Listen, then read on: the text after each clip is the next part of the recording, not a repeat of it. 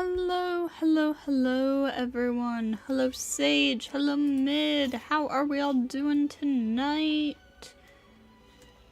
Congratulations, Sage, on completely conquering Fontaine. So we got some more world quests to do. Hello, Wind Plumes. So, let me see.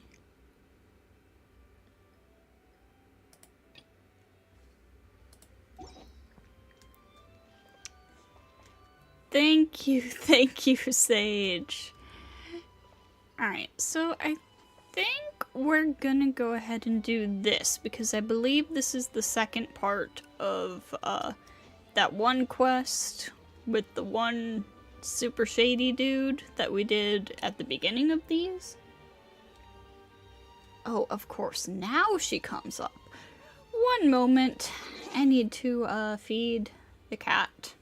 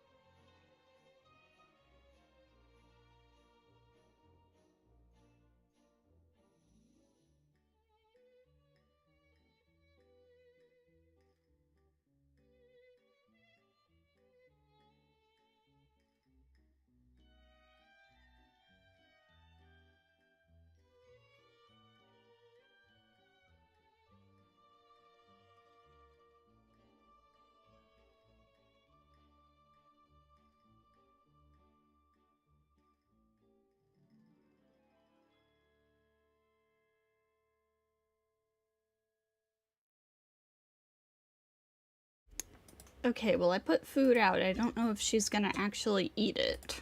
Thank you guys. Thank you for the birthday wishes. So, let's get started with this quest, shall we?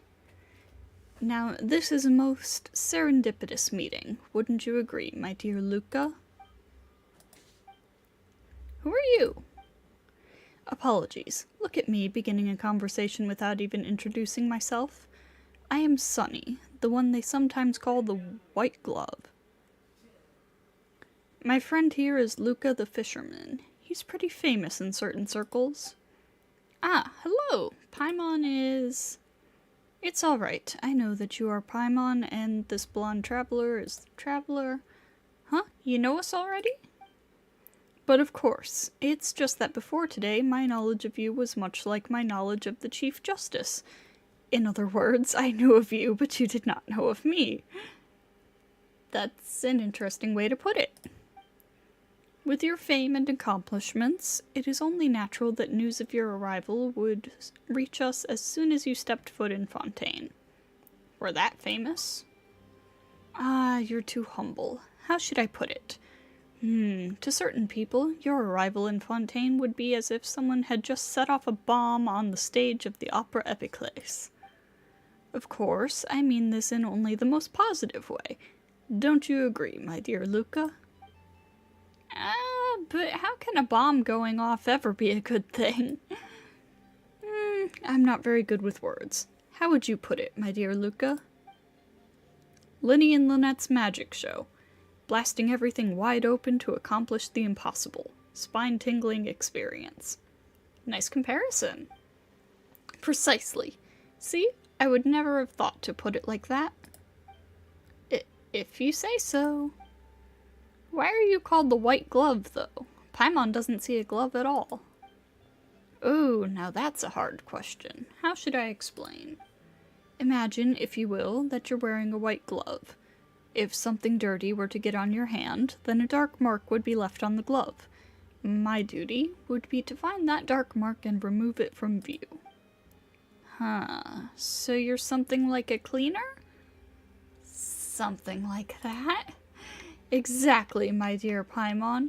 See, I was never able to so succinctly summarize the nature of my work. Ah, so people like you are the reason why the streets of the court of Fontaine are always so well kept and tidy. Sure, Paimon, sure. Hello, Outlet. Thank you, thank you. That's what I like to hear.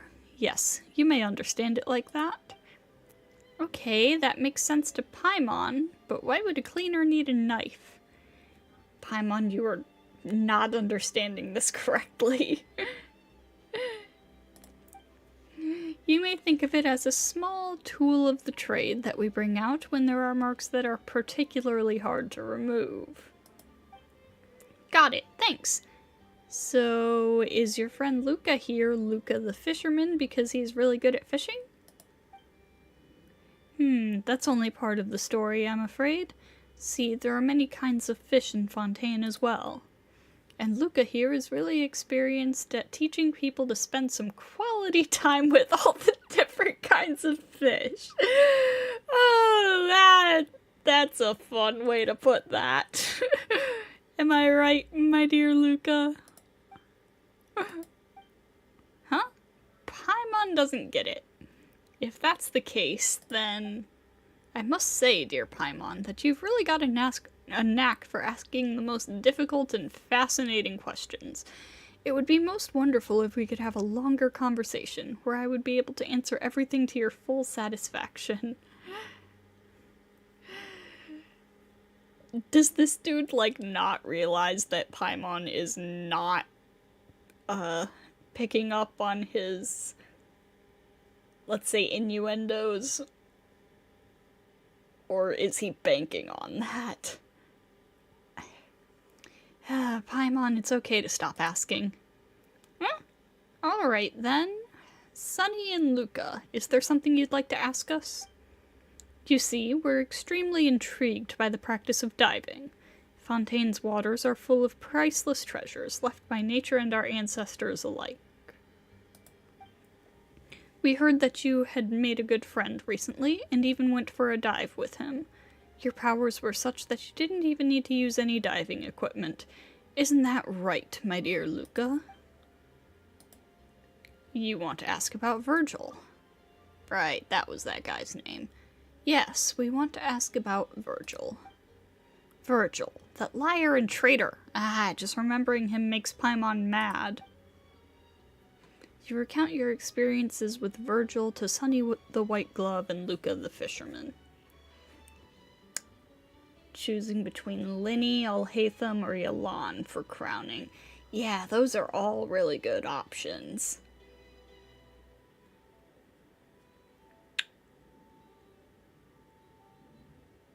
Yeah, I don't know.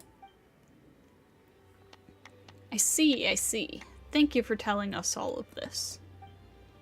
You're welcome. Paimon hasn't forgotten a single thing about that guy. We are, of course, exceedingly grateful that you were willing to share the whole story with us. However, from my own perspective, I am even more relieved that you do not consider Virgil to be a friend. If that hadn't been the case... maybe I can put it like this. Had you seen him as a friend, things would have become quite awkward for both of us. Isn't that right, my dear Luca? It could make things difficult.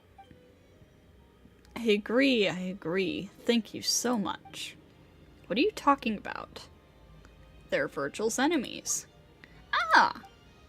Your words wound me, dear sir. I have many friends and not a single enemy. Yes, I have heard about the Kave glitch.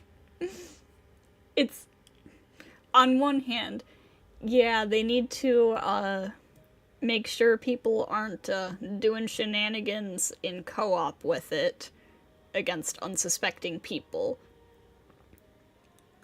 On the other hand, somebody deleted child with it, and that is extremely funny to me.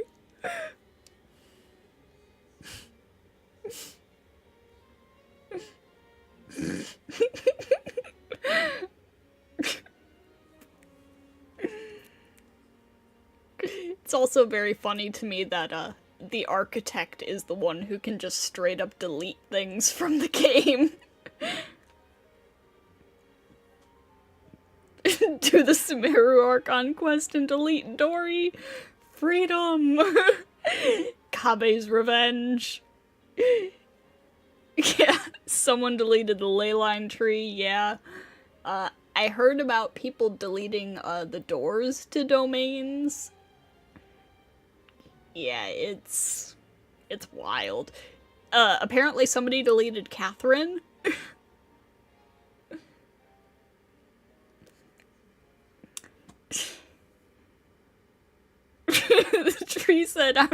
The tree said, baby, I'm not here, I'm just an hallucination. Oh my god. Anyways, I have many friends and not a single enemy. Virgil is just one of my many friends. And speaking of dear Virgil, I think it's about time we have a serious talk with him. Surely you understand what I mean. Of course, this is also so that we can get back at him for what he's done to you. It's the least we can do for our honored guests, don't you think? Paimon's lost. It's okay to not understand everything, Paimon. Shh, shh.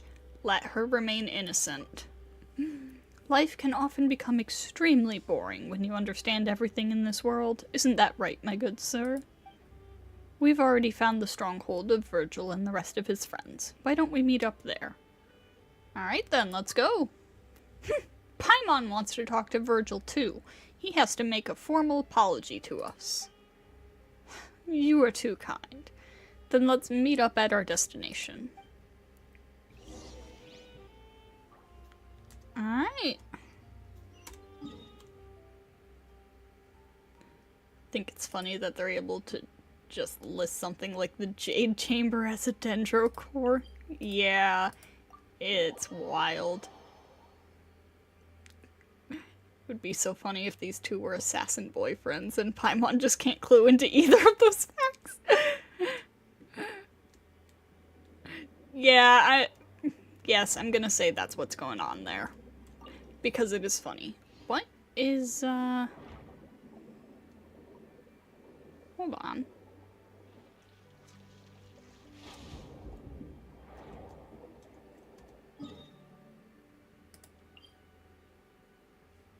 Why is it pointing me into two different places, huh?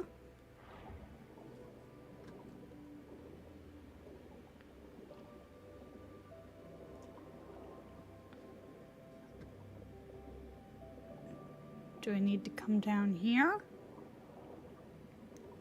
Ah! Go away, ghost seal! It says quest area reached, but it... Huh? Leave me alone, ghost seal!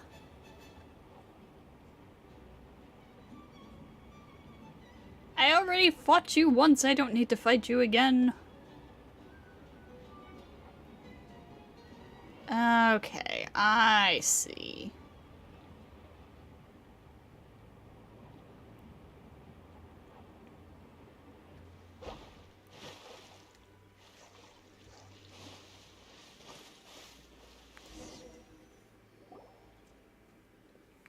Dear Paimon, and my good sir, this is the stronghold that Virgil has been using as of late.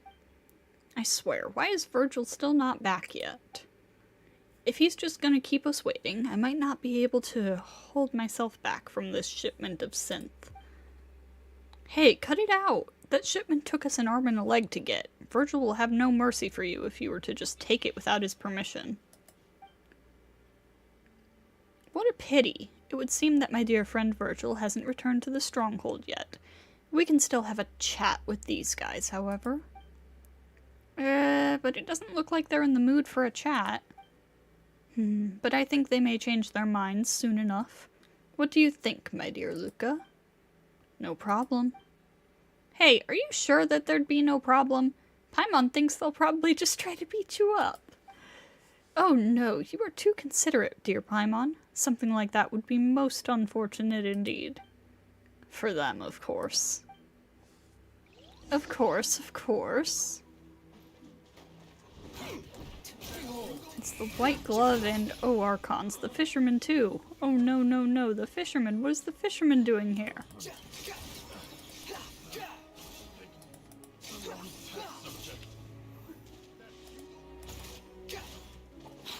following me? Their boyfriend's Your Honor.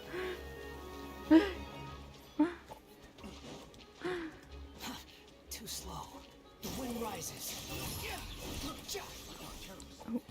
What are you? And the white glove and the fisherman. You dare to gaze upon me? Get wrecked, idiot. Please let me explain. This is all a misunderstanding. Mr. Sunny, you see, we only got into this business because we heard there was more to be made, and since the higher-ups didn't agree, we figured we could just earn the money first and then turn all of the profits over. Yeah, that's exactly it. He's totally ignoring Paimon. I have no complaints against the organization, none at all. Oh, right, I was also tricked by these crooks. That's the only reason at all why I did something so foolish. Impressive, very impressive. Traveler, you are every inch as strong as the stories have made you out to be. Don't you agree, my dear Luca? Super strong. Incredibly formidable. Is this the same Virgil that tried to kill us? Yep. Please, if you still remember anything about the time we spent together, Mr. Sunny, Mr. Luca. Please, please, no. Luca, our guests are still here. Let's not do anything discourteous that might bring down their mood. Understood. See the errors of your ways now, Virgil? It was my fault. It was all my fault. Please, have mercy. Okay, at least you've admitted that you have done something wrong. Now make sure you won't do it again. My dear Virgil would never do something like that again. Paimon, traveler, I can promise you that on the honor of Sunny the White Glove, as well as that of my father and son. What are you gonna do now? Life can often become extremely boring when you understand everything in this world. Isn't that right, my good sir? And if you must know, we will have a long and very serious chat with him. We will not take any more of your time, however. Thank you so much, Sunny and Luca. It seems that there are more good than bad people in Fontaine after all. Farewell, dear Paimon and my good sir. I hope there will come a day when we'll be able to work together again.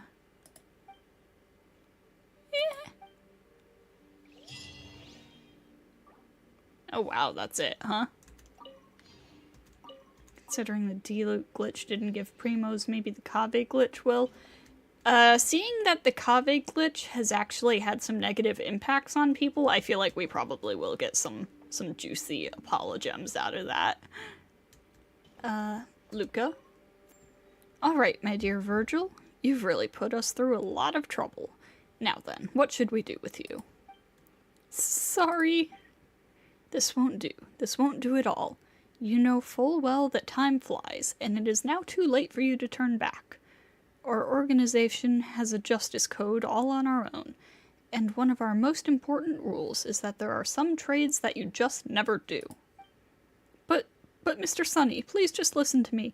The profit margin on this, it's just... not this again. Mora, Mora, Mora. Is there anything you care about other than Mora? What about your pride as a citizen of Fontaine? What about your conscience as you watch our country turn into husks... as you watch our countrymen turn into husks of themselves from this drink? Why did that phrase give me so much trouble? Bah! Oh-ho, how shocking. Even Luca is showing intense emotion in response to your words. You see, my dear Virgil, you've truly accomplished the impossible. Mr. Sunny, please believe me, it's all because of what those guys said. They lied to me. I would not have done anything if not for... Silence, you worthless dross. Oh, jeez. You're exactly the kind of lowlife I've got no time for. Even now, you're still trying to lie to me? Huh? Are you beyond dumb, or do you think I'm dumb? Not so talkative now, are you? You even tried to hurt the traveler. Do you have even the faintest inkling of who you were asked to deal with? To think that he could have trained someone as clueless as you. I've really got to have a good conversation with him. But that will not be something you will need to worry about, my dear Virgil. Interesting, interesting. Well, well, good knowing you, Virgil. You are probably about to die.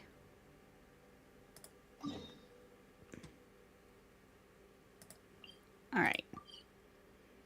Let's go do this quest.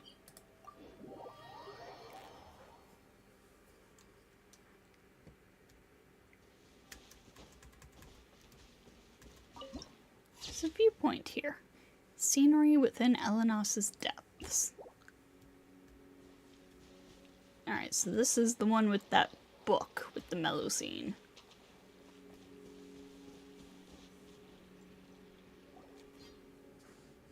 And we're here. If we dive down below this entrance, we'll find the place where that scholar once hid the books.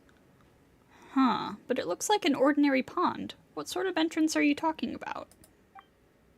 Ah, right. It is being hidden after all, so you won't be able to see. Heh, just watch then. Canotila takes out something that looks like a key, tracing the air along some unseen trail. There is a soft chime, and the shallow pool before you suddenly becomes unfathomably deep. Whoa. Well, here's the entrance now. Wow, Paimon couldn't tell how you did that. Well, I can't quite explain it either, but while others can't see it, there are actually all sorts of fissures here. As long as I use my token to draw a line across these fissures, I can do some incredible things. That said, I don't know why they're only present here.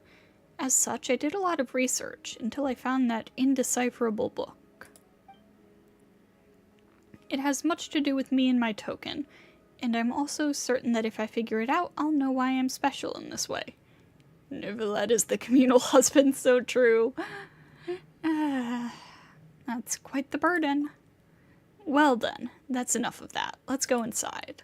I must find a way to understand that strange book. Our husband. Insert flag here.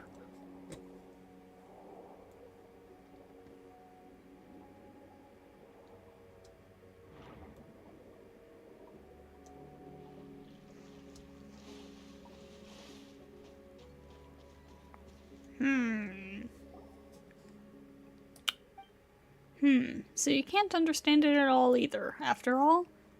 Not a single word. Maybe there's some kind of cipher. Take a closer look. You stare at the runes on the page for some time. The runes slowly start to disintegrate and reassemble themselves, becoming new words. At the same time, your surroundings seem to recede, and you arrive in a strange new place. I see. This is a world where even sweet flowers and mint cannot grow. Ugh. That's concerning. Mint grows everywhere. Can you see it too? You turn around to look for the source of the voice, but are suddenly awakened. Looking back at the book, it looks like it, just like it did originally, as though nothing happened. So, did you discover anything? It was like I entered a strange place. A strange place? But you were here the whole time. Did you just stare too intensely or something? I knew you'd be able to see it too. Huh? Have you had the same experience, Canotila? Is this what you meant by meditating? Yes, though I can't understand a single word in the book, I get a strange feeling from looking at it for long enough. It feels as though you've been transported to another world, and then you can start to understand the book's contents. But as soon as you awake, you're back to being unable to comprehend it. Then what have you seen before? Oh, wait just a moment. Ta-da! This is my notebook. I've written down everything I saw inside. That said, I wrote it all down while I was meditating, and I was sort of in a trance, so it might be a bit hard to understand. Let Paimon see. Yep, this is really messy. Wow. But it says something about an Elenos or something like that. Based on my previous results, that scholar must have been conducting research on Elenos or something. Then this book must record things that happened a long time ago. Yes, but I still can't understand exactly what happened. Even when meditating, I can't make heads or tails of what comes before and after. As such, though I can understand just a little bit, I still don't know what it is really saying. If I'm not mistaken, however, the book is still missing a lot of content. The notebook does mention a few locations. Oh, so you mean that these locations might be clues? Locations? Yes, the names of locations are written between important sections. Could it be trying to tell us where critical parts of the text are hidden? I mean, I've guessed as much in the past, but I've never left Elenos, so... Hope Nervalet's banner has sucrose and or Diona? Oh, that'd be great. In that case, why don't you stay here, Kanotila? We'll go investigate the places in the notebook. Maybe we'll find the missing pieces. And besides, it's related to Elenos, so there's no way we're going to ignore it. Alright, in that case, I'm counting on you two. If you find anything, just bring it back. I'll be waiting for you here. Alright, decipher the page.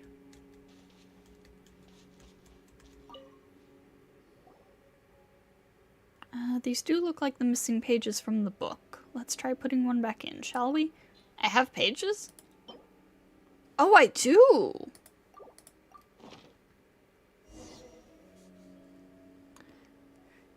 And then we just need to concentrate and meditate on the book like before. I was first drawn to Alhaitham because he is the Genshin version of Su from Honkai Impact 3rd, and although I have not gotten to Su yet, I liked him based on his design. So I was first drawn to Alhaitham because he is Su, but then I also like his personality. But as you guys have seen, I do enjoy the characters that are kind of mean. The edges of the page gradually blur. Something. Enigmatic page 1. Read countless volumes here. It appears that these books were left behind by an ancient order. Kingdoms rise and fall, and when a civilization is annihilated, a new one will be born after from the ashes, which these books refer to as Fortuna. It's somewhat rudimentary, but theoretically at least, it bears striking resemblance to the computational scheme I have formulated and termed World Formula. All the records are blurred with age, but were I able to quantify them to some extent, they could be of use in my World Formula calculations. No matter how many times I derive it, the result remains the same, though this result is not unexpected, or is not expected. Like men financially unstable. Unlike the world depicted in these ancient texts, there will be no more new civilizations born, unless we consider introducing variables from outside the system. If it was that sort of power, there might be a chance. Hey, I know this symbol! I don't remember what it's called, but this is a Hebrew thing. Yes, as above, so below. Here I found the magical techniques left behind by the Golden Troop. They seem to be referred to by various names, so I'll go with this one for now. Based on my interpretation, it appears to be known as the Seal of Chemical Marriage, and consists of 2 parts. However, it has been weathered too much to decipher any more information. Interestingly, I have encountered similar symbols in documents from the Narcissan Cruz Institute archives. They look complicated, yet the underlying principles are quite clear. If the records prove accurate, there are some key locations within the realm remaining. Related records may be found elsewhere as well. I should record my findings here for now, as they may prove useful in the future. Very, very interesting. Wow, this time even Paimon could start to understand. Seems like the confusion was all due to the pages that were missing before, huh? Awesome, let's put another page in now, shall we?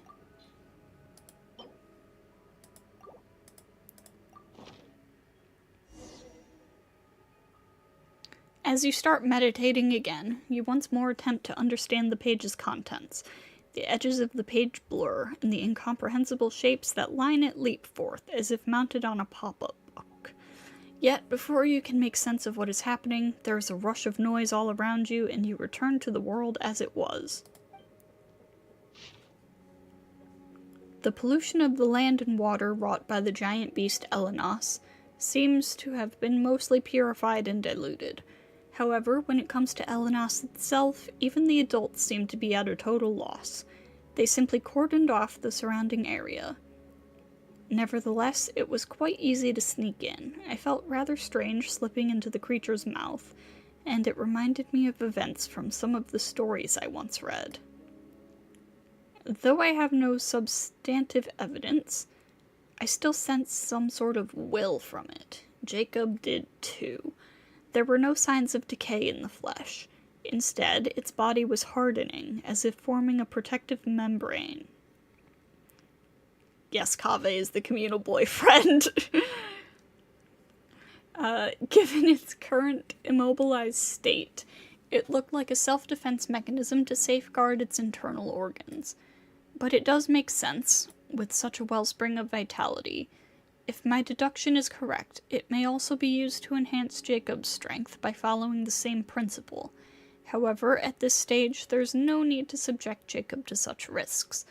I should get safe experimental data first through the Institute of Natural Philosophy, and then set specific research objectives. Although, as Jacob mentioned, this may waste a lot of precious time. After all, the flesh of Elenos remains toxic, and the risk if Jacob... We can all help him pay rent. Jacob has returned. He's quite brave, but also an idiot. He didn't give any thought to the possible consequences. We have no one else to rely on now. The data we've collected is still incomplete. Jacob had minor adverse reactions, primarily vomiting, but he recovered quickly and hasn't shown any other symptoms in the short term. His mental status and physical status remain stable. It's only possible because Jacob completely trusts me. Our lives are limited. Still, even if it's just for the future, we must find a way to get allies, get stronger, and prevent disaster. Elaine has enrolled in the Institute of Natural Philosophy. He should fit right in with his sharp mind. I brought the pocket watch he gave us, and we compared the time only to find there was already a significant discrepancy. We agreed to meet at the Institute. The brightest minds of Fontaine are gathered there, and we can expect to make huge progress and get much-needed help. As for Marianne, just the sight of her fills me with joy. We had a long discussion about the Narcissan Cruz Institute, but Jacob was crying through most of it. I didn't tell them about Jacob. It's because Uncle Guillotine, who was with them, is part of the Maison Gardiennage. Although he seems to be treating Elaine and Marianne very well, he still can't be trusted. After all, father and mother. It was all the doing of their lackeys and goons. Yeah, Yelan does really good damage even without crowns. Well, Paimon can read the words now, but the author's intended meaning is still a total mystery. Bro, I saw Yelan get a 51k crit vaporize on her skill last night when I was doing stuff on bows only. It was very nice. We'll just have to put this last page in and see what we get. Maybe the contents will link up or something. Enigmatic page 3. The tests on Jacob's strength continue. As before, the flesh and blood of the great beast Elenos is being used as nutrition. Jacob seems to have gotten used to it, so there's nothing to worry about anymore. Thus, the adverse reactions observed before may just have been caused by Jacob's feelings of disgust. It's a relief to know that his physical condition hasn't been harmed. Jacob still eats, but only out of habit and no longer as a necessity for survival. But I suppose it's a good thing, because eating together is nice. It suddenly occurred to me that jam was somewhat similar to the flesh and blood of Elenos, so I made a joke about it. Jacob seemed quite uncomfortable. The results have improved significantly in comparison to previous tests. Perhaps more can be done. Then the next step would be to attempt the opening of a passage. Don't use crowns strategically, just give them characters you love. Felt that. I have triple crowned Albedo. I've triple crowned Amber. I don't care. So on my main account, I've triple crowned Amber, Albedo, and Wanderer, and I've double crowned Razor. And now I've got a bunch of crowns sitting around that I'm not really sure what to do with. I'll decide who to give those to eventually. The passage was opened successfully, though it only lasted a short while. During this time, many black monsters that were shaped like dogs emerged. They were very aggressive and terrifying, but thank goodness Jacob was there. Though he was so scared he was crying, he still managed to wipe them out while bawling. These monsters are identical to those we discovered during our desert expedition. However, those were salt gray, stiff, and immobile at the time, so it was relatively safe. I am certain their properties are nearly identical to those of Elenos. The Conrian records mention passages appearing in large numbers, and numerous dangerous monsters that look like dogs emerging from them. It's very likely that they are the same type. It can be safely postulated that the location these passages link to is full of these monsters, and I shall tentatively call them beastly rifts. Thus, these hounds may be called rift hounds.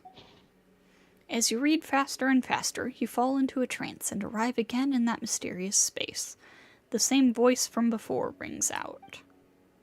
No matter how many times I run the calculations, the results are the same. After a few hundred years, all the birthing waters of the world will dry up, and a few hundred years after that, the world will become as it appears now before us. This is quite the predicament. Hey, come on now, don't cry. There's nothing to be afraid of. I'm here, aren't I? Don't you trust me? Also, Elaine and the others will definitely help. Also, I bet you'll definitely be able to survive in this world. You're special. I know. You're worried that constitution of others is different from yours. That's reasonable. Well, that's why we need to continue researching the things left behind by the Golden Troop. Perhaps we'll discover some new possibilities. We'll go back to the Narcissan Cruise Institute together and take a look, okay? The voice drifts away again. After what feels like a long time, though in this world time seems to no longer measure changes in matter, you hear the voice once more. It looks like he won't help us anymore. You're the only one I can rely on now. Hey, come on! Don't be like that. I'm sad too, but I won't cry until after the fat lady sings. Moreover, we still have to find a way to cure him. Don't be scared, it'll all go smoothly. There are already lots of people willing to listen to us, if we want to persuade them further. Besides belief, we'll also need ceremony. As for the name, we'll call it the Book of Revealing and put it in the form of a book. We'll use our secret cipher to write it. Everyone only sees the world that their cognitive framework allows them to see, but using this method, we can share the visions we have foreseen with others. Just as you begin to listen closely to what the voice is saying, it begins to gradually fade away. At the same time, you feel the world around you suddenly begin to collapse, and with a roaring sound resounding, you wake again. Are you okay? Was that an earthquake just now? Earthquake? What earthquake? Nothing happened here. Paimon did get a little dizzy, but you looked like you'd fainted. You didn't wind up in some mysterious space again, did you? Just what's going on with that weird space, anyhow? And if you think about it, it's pretty dangerous, too. What if you go in and can't get back out? So just what did you encounter inside? I seem to have heard a prophecy that someone made. Eh? Did someone say anything in there? And it was some kind of prophecy? That's real creepy. If what you say is true, then this was actually a book of prophecies, wasn't it? But why make the format so complicated?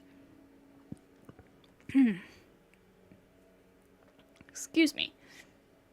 If the author didn't want people to understand it, wouldn't it have been better to not write it at all?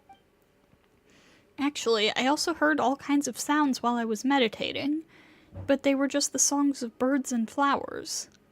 I don't know anything about the prophecy you spoke of.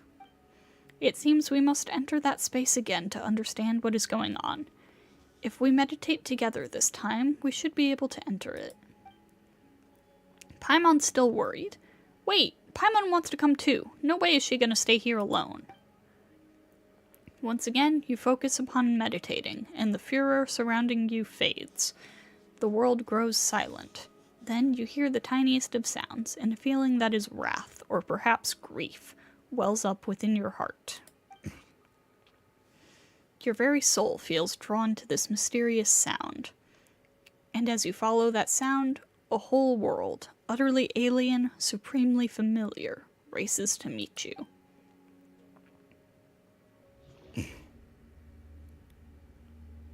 Whoa.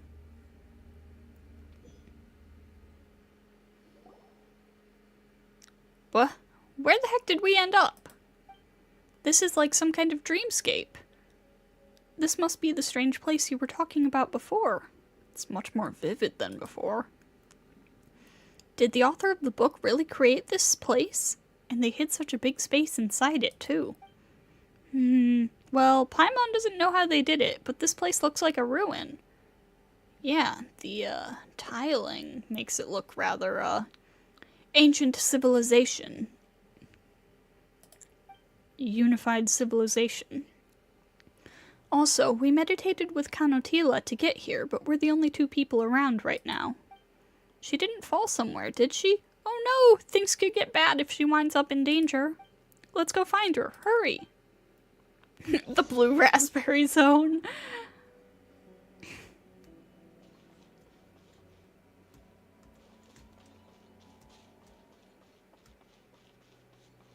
Whoa, hang on.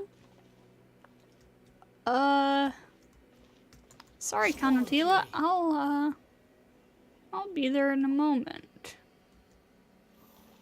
Hang on, why is stuff disappearing as I get closer to it? The wind rises.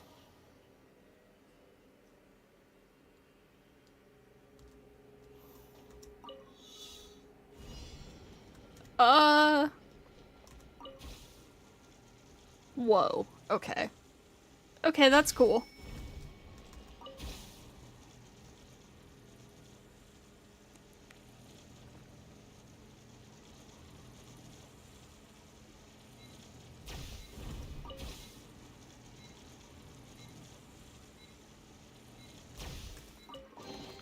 I think Bennett got lost and hasn't come home to you yet. Oh no! Used Kuching to get around the blue raspberry zone. That seems like a good idea.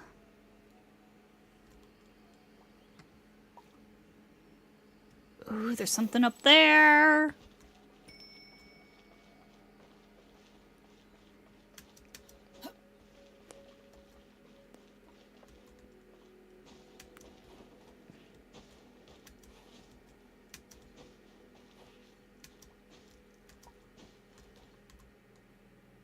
Swan Fury.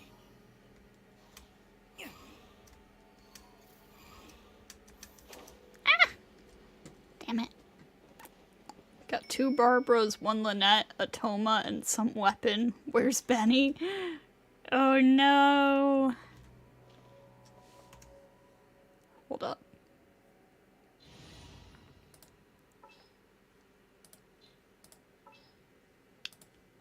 Kuching, get out here. Time is again.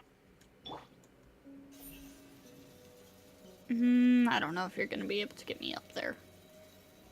Speed of light. Oh, she did! Let's go.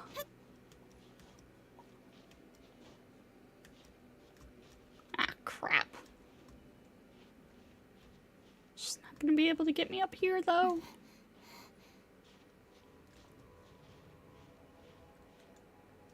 Triple Crown Barbara. Ah, there we go. Don't blink.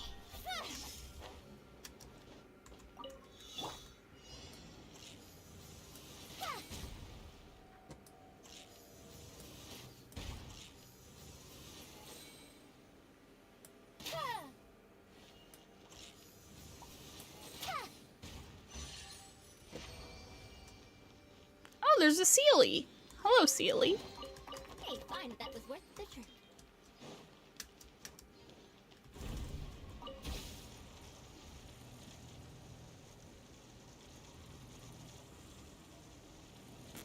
Am I like sequence breaking? Am I doing things out of order? I probably am. Oh, hello there. Think you can bully me? Have fun with this game. Behold.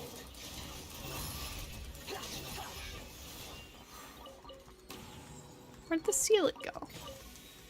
Is there anything over here?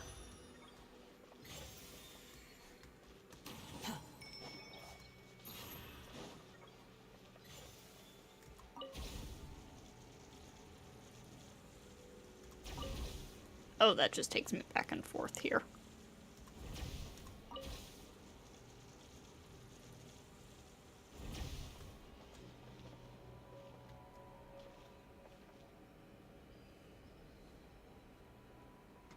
Whoa! Wait a minute, why does it look like a cracked dome? Oh, that's spooky.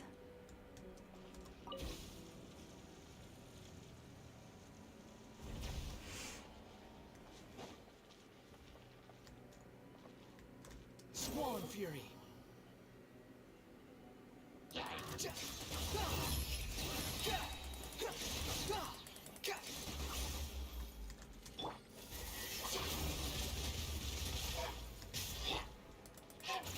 The wind rises.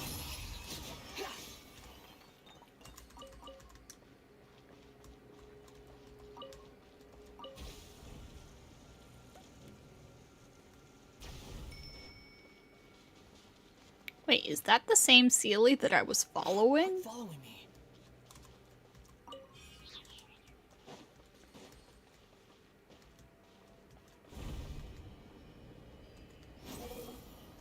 Upon the gale.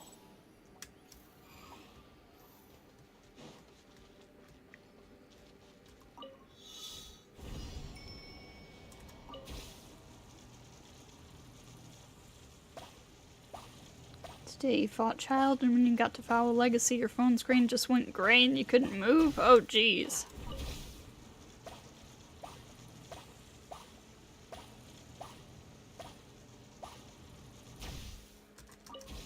Ah! Ah! No! No! Crap.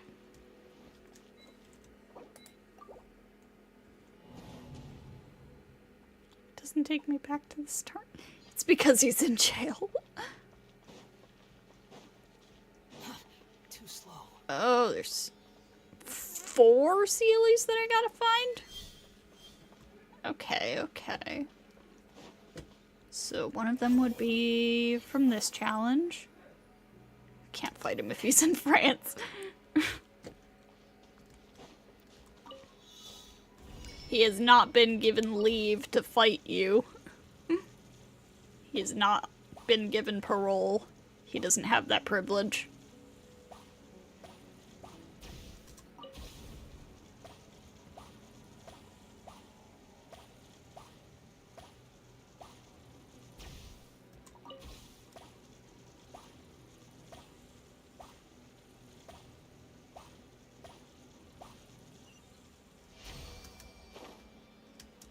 Okay, yeah, there's a Sealy. Unnecessary.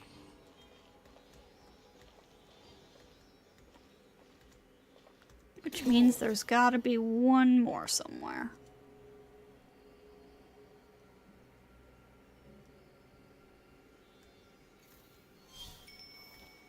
Aha! I see it. Quit following me.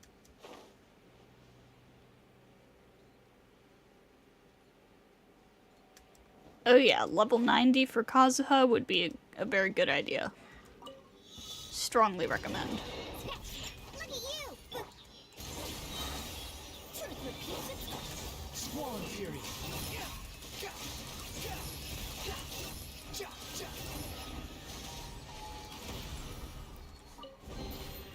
Unnecessary.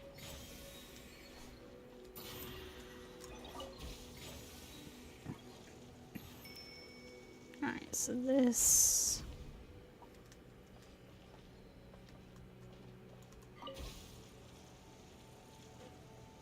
Oh, okay. So I just completely missed that one on the first go around.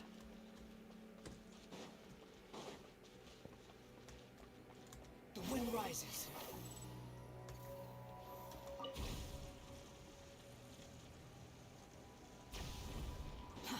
Too slow. Speed of light. Ah, it didn't work. Alright. Squall and Fury. Can let a convict out for one quick fight. Sure. Behold.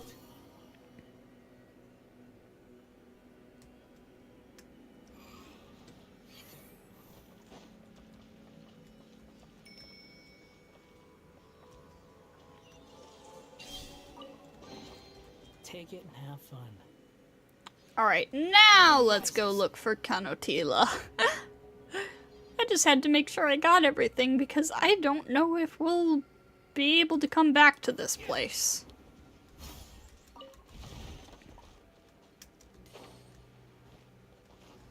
Oh. Okay, higher. Oh. Where? Kanotila over here. Can she not hear us?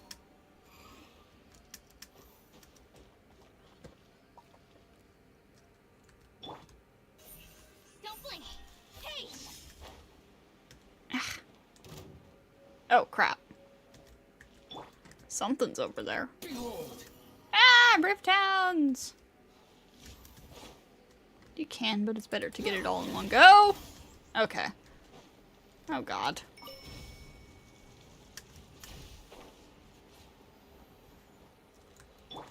Shake it and stir!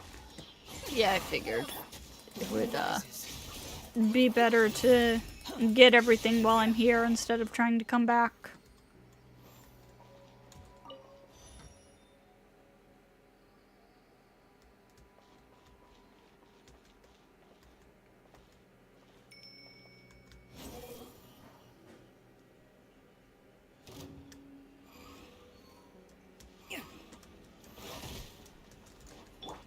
Rude. Yeah, nobody at me about my Kuching's damage. She does not have good gear. Squall and Fury. Does she have any gear, actually? She has one artifact and Iron Sting.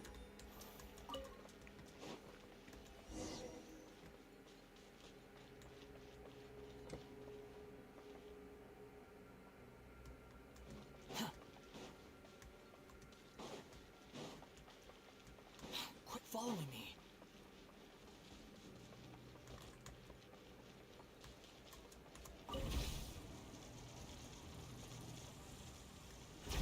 Alright, so we should have just been following her from the start.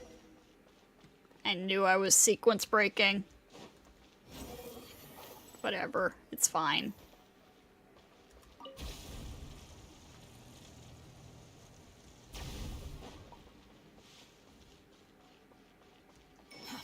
Too slow.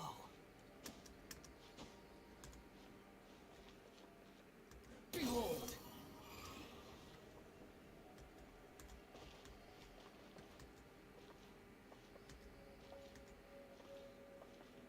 Squall and Fury.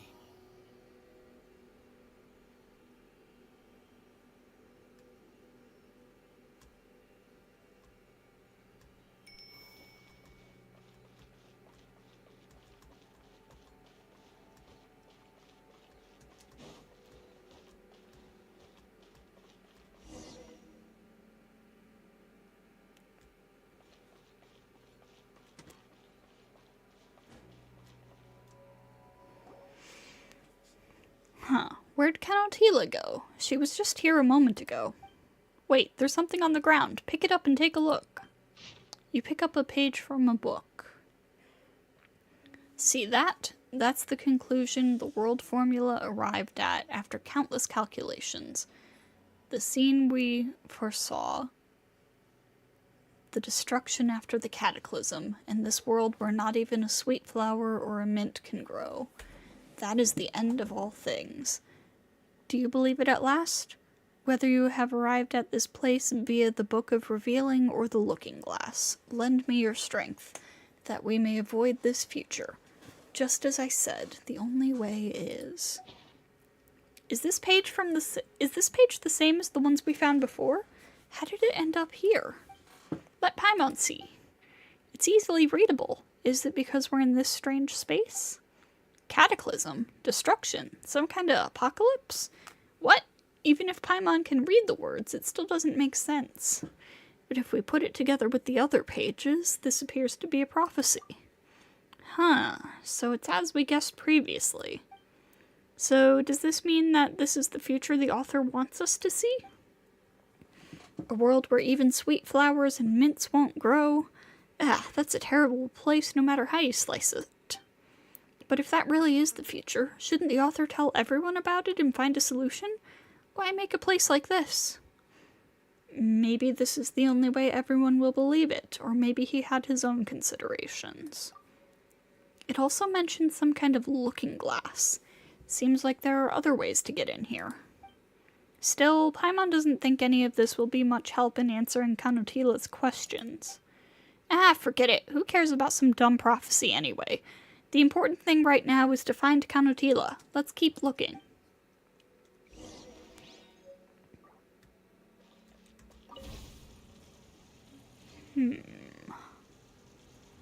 Where are we going?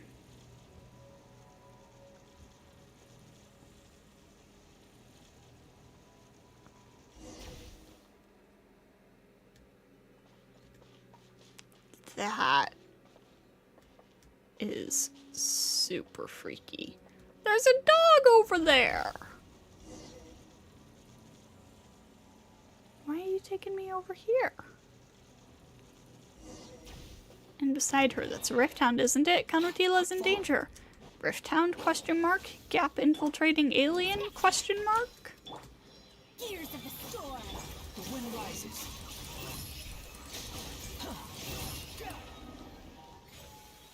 What's the dog doing? No sign of Canotila or where she's gone. There's only this fellow here. That said, it doesn't seem to want to attack us anymore. That's a first for a Rifthound, huh? Should you draw Ed Sheeran as child? Yes. It looks like it wants to say something to us. Not that we can understand it anyway. Wait, is Paimon seeing things?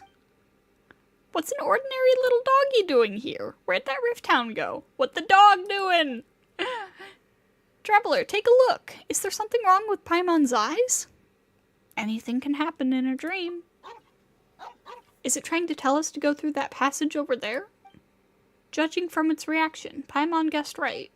Who knows where that's gonna lead, but we weren't able to find Canotila anywhere, so maybe she did leave via that way.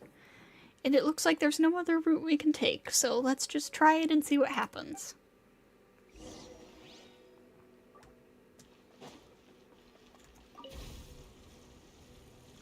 That looks so cool, but also terrifying. What? Did we just go through that?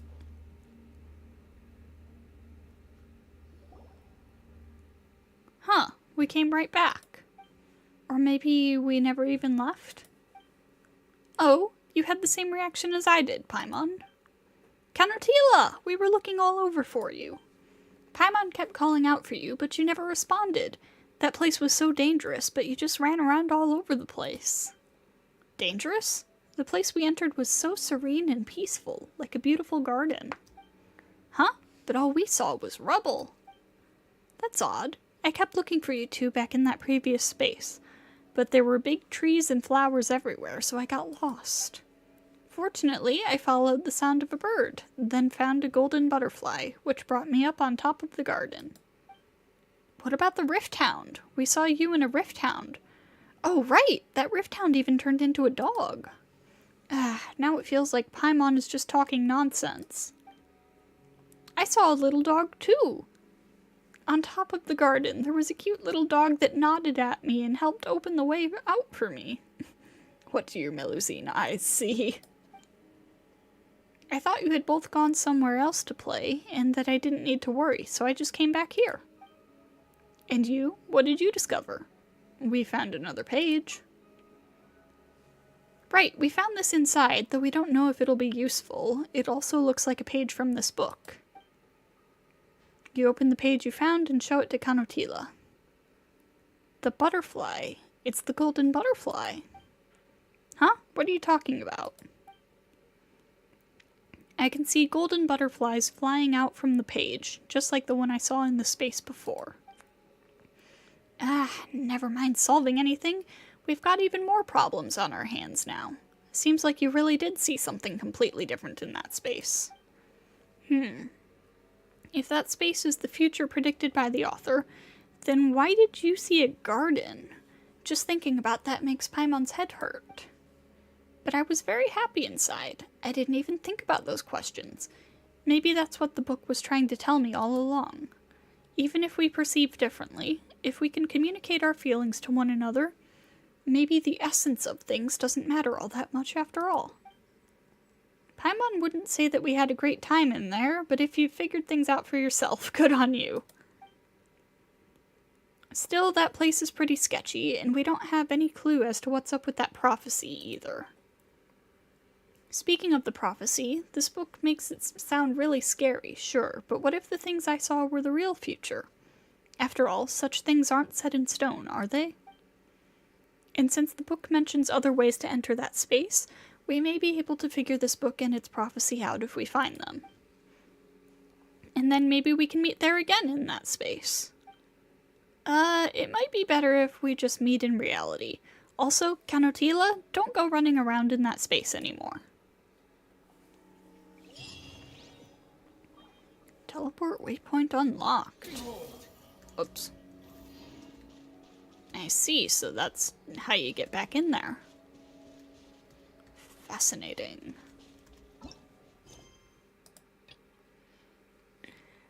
Oh, now we gotta do stuff with, now we gotta do Salsa's quest. Our girl Salsa. Place the windmill in a suitable location. Oh, there's a chest over there. Hold up, Salsa. Hold up.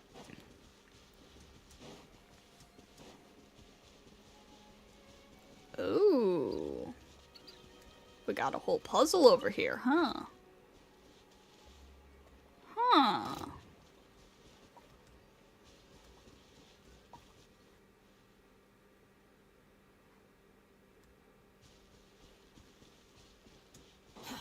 Too slow.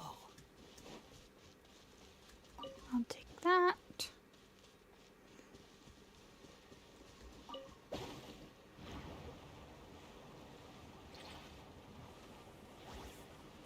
Oh-ho! Hello. Dare to mess with me? Squall and fury. I should, take Kuching out of the party now that I no longer need her.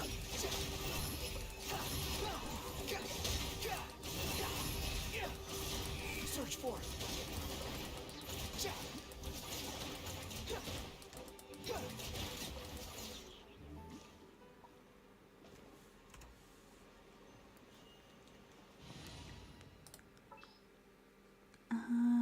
Xingqiu.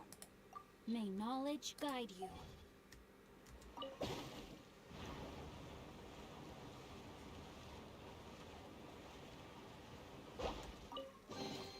Take it and have fun.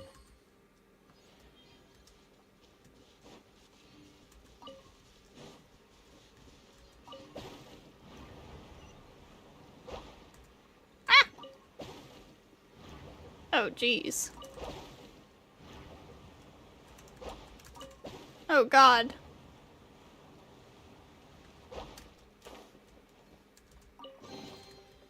Unnecessary. That was, something.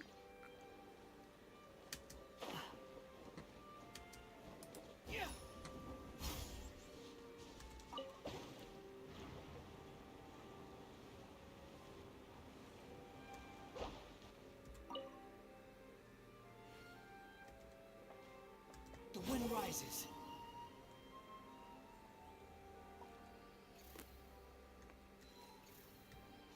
There's something I'm supposed to be doing here that I'm not doing, but whatever.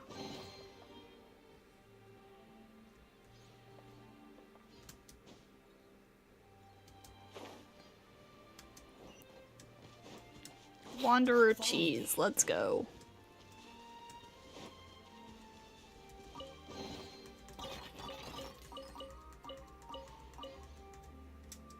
Alright, now we go deal with salsa.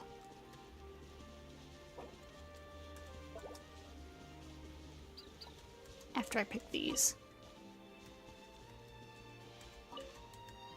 I need these. I need these. What does this do? Hi?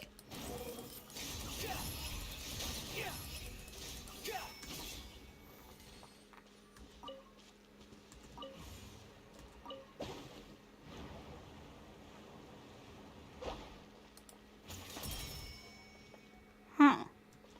Quit following me.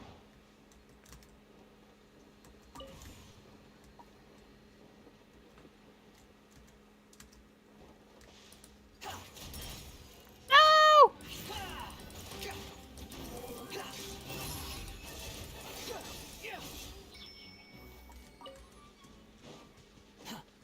It's not gonna make me start over, is it?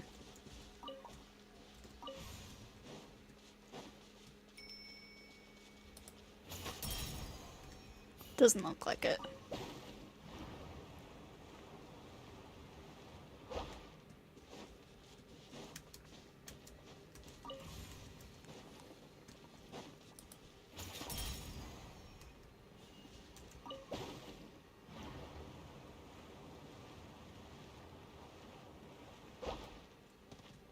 Quit following me.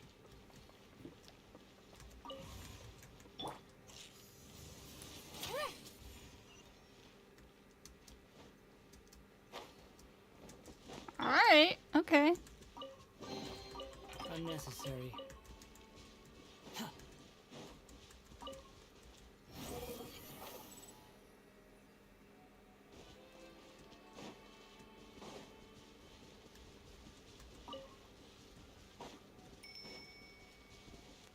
Ah! The control of the camera. Alright, so I'm supposed to take this and put it in the flowers with the rest. Good, very good. It looks much better this way. The points, lines, and planes are all in harmony, with every detail being executed flawlessly. Everything just looks much more pleasing. Dad was right when he said there's no trash in this world that can't be saved, only resources in the wrong places. Traveler in Paimon, thanks to your hard work, our world has taken another step in the right direction. We didn't do much.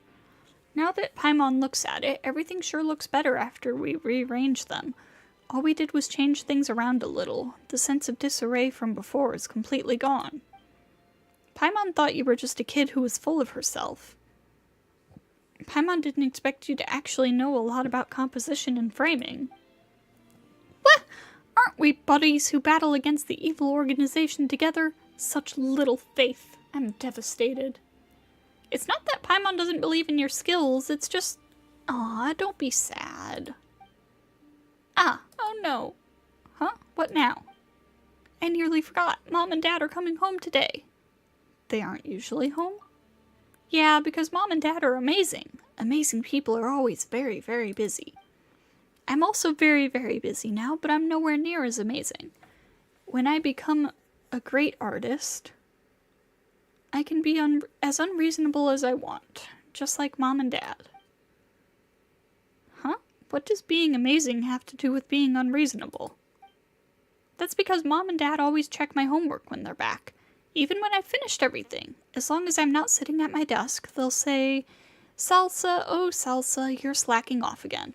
What are you going to do in the future if you play with brushes and paints all day long? Even though I tell them that I've long finished my homework, they will continue nagging. But no matter how unreasonable they are, I can't get a word in because they're too brilliant. Oh, girl, your parents sound like a nightmare. So I always pretend to be working really hard whenever Mom and Dad come home, even when I haven't finished my homework. Then they won't have anything to say. I'll say unreasonable things however I like when I become as amazing as my parents, or even better than them. This feels kinda wrong somehow. Oh no, I'm running late. I won't make it if I don't go off now. It was so nice to meet you, Traveler and Paimon. Thank you so much for helping. I gotta go home now. Take care. Be careful not to fall. Salsa runs off with her canvas and box of drawing tools. She's like a little whirlwind. Children these days don't have it easy, huh? Thank goodness Paimon doesn't have homework. Paimon, oh Paimon, you're slacking off again. No! Stop! Paimon can't hear you.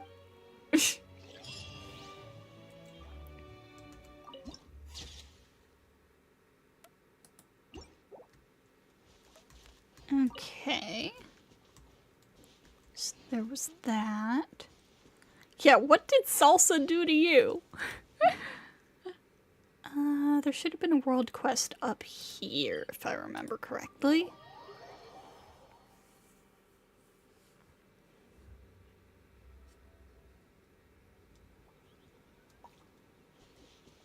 I think it was up here. Too slow. Yes. The dude with the flower bed.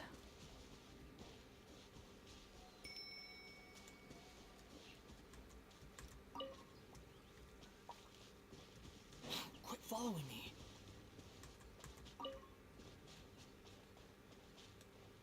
You just wanted to grab some chests before work and she pulled you into her quest.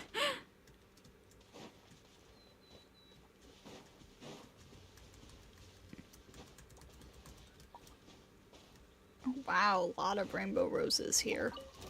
Give me these, give me these. Give me these. Please, I need them for Lenny.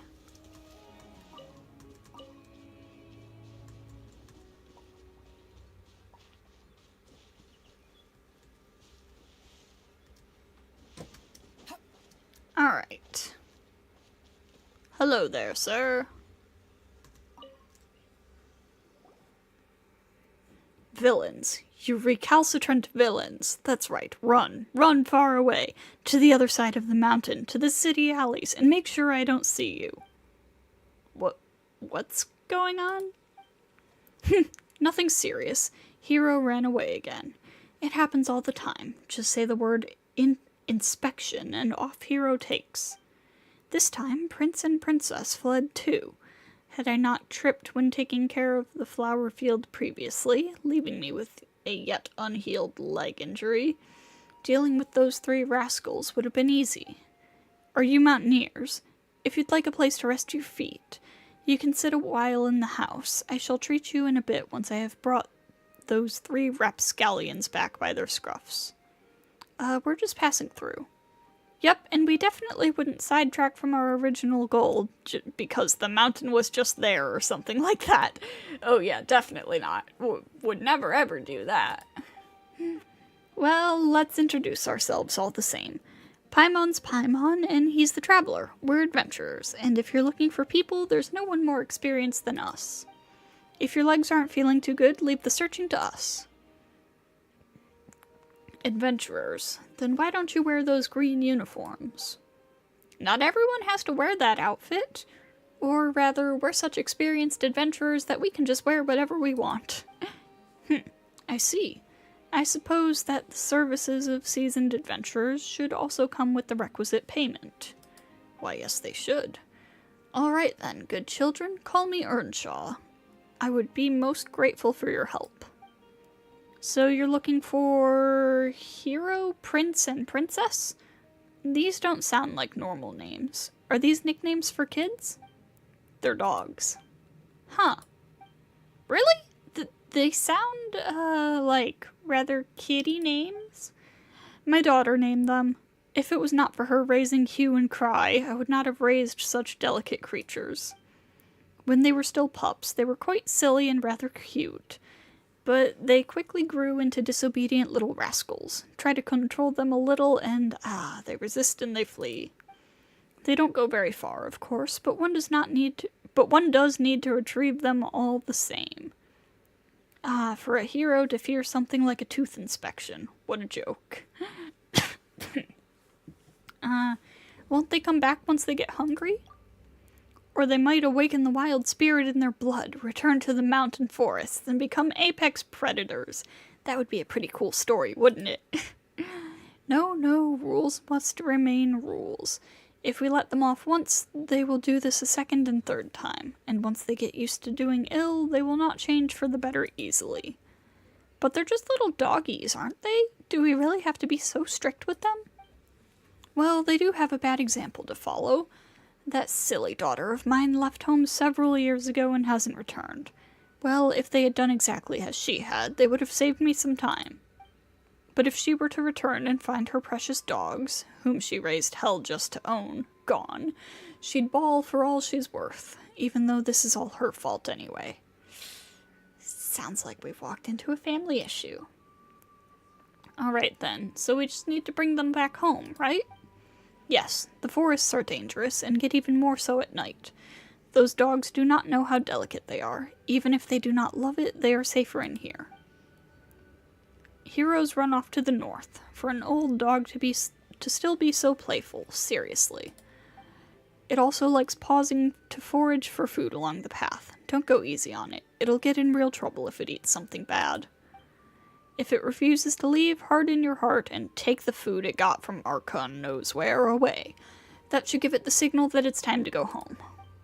The other two haven't gone far. They're just mucking about in the flower garden. Just tell them to get back here, and that should do. Well, this sounds simple. Just leave it to us. You wait here, Earnshaw. We'll be right back. Careful about the flowers, by the way. Don't tread on them. Gotcha, we won't. Don't tread on the flowers, right? Well, never mind Paimon, but the Traveler's pretty agile too. We can't just grab these playful dogs and drag them back, right? They're pretty delicate after all. Let's just chase them, shall we? That should get them running, so we need to send them running in the direction of their home.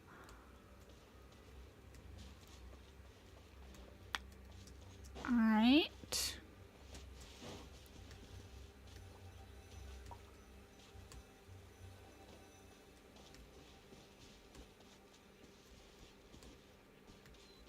Good doggy, playtime's over. It's time to go home.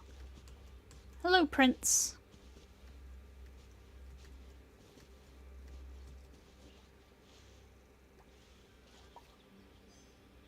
Alright, that's one.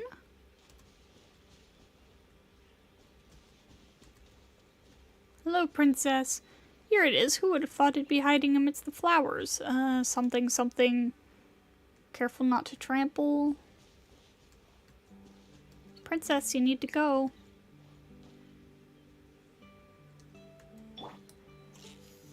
You're not trusting the process. Child with glasses is cursed.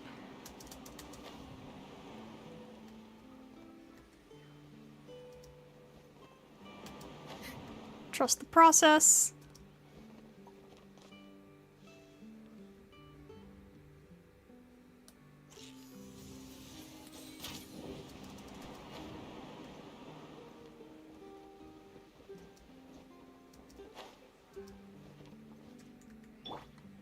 Alright, come on, Princess.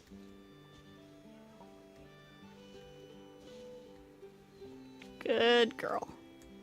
And don't go running off again. That leaves us with just one more.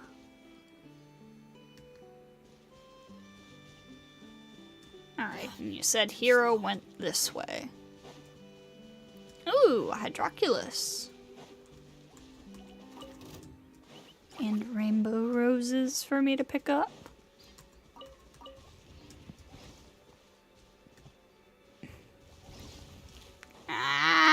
me alone. Hero won't be moving when there's food around. Looks like that's true. Suspicious fowl. Let's collect the fowl here first. The dog probably won't leave otherwise. Alright, there he goes. Let yourself cook.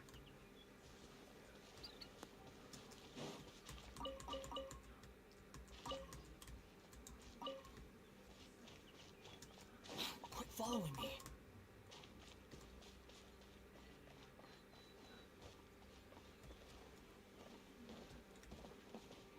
Squall and Fury. I like how the effects coming off of the Hydroculus look like bubbles.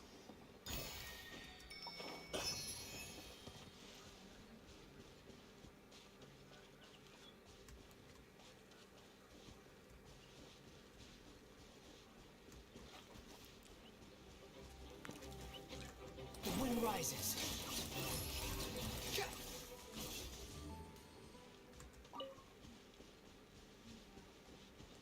Come on, hero.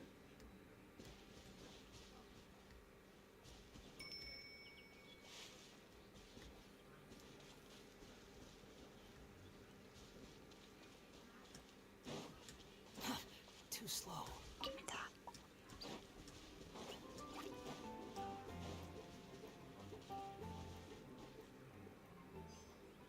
Nice, now that they've all gone home, we're done here. Let's go look for Earnshaw.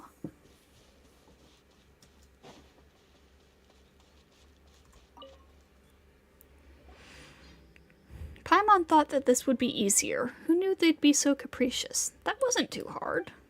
Well then, children, I hope you now understand that the more capricious they are, the more we need to teach them the rules.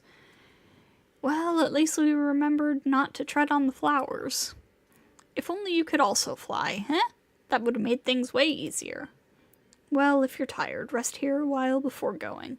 Come, have some of this tassez ragout I made while you're at it. I don't know what that is. Oh, goodies! But, oh, we shouldn't. This doesn't seem right. Come now, do you not trust my skills? I would not speak for other dishes, but I'm very confident in my ragout. I don't know what that is. At least.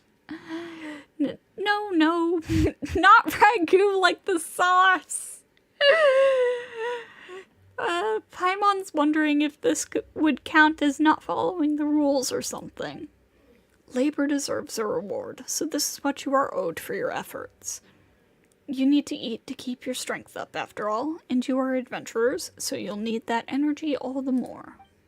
As for your payment for the official commission, I will give it to you later. I believe the guild's rules indicate as much. In that case, don't mind if we do. At the old man's invitation, the two of you enjoy some food. While it is not exactly a masterpiece, blah blah blah, a meal after some honest work always tastes really especially great. And the food was, well, it had a real homey feel, eh? Well, the ingredients and the method of cooking were nothing quite curious. Yep, it was normal, but tastes really good. Of course, even my silly daughter has naught but praise for this dish. Just a whiff of it would send her running to the table, putting all her complaints aside. But she's very far away now, and I fear she can't smell it any longer. I'd wager that she's even forgotten the way home, in fact. You know, Earnshaw, if you don't mind telling us what she looks like, we could find her for you. We're good at that, remember? If we meet her in our travels, that is. Ah, you truly are good-hearted children. Thank you. In truth, it would not be hard for me to find her. She did get someone to send me some letters previously. But I reckon she doesn't think she's at fault. Why else would she only send letters but not return home? As such, I haven't read a single one of her letters. In fact, I haven't opened a single one. We can overlook the folly of animals, but are we to accept that from a human? A grown woman, no less. Speaking of which, she hasn't sent any letters recently. Perhaps she's finally grown tired of trying to get a rise out of me. Yeah, this dude's kind of a jerk.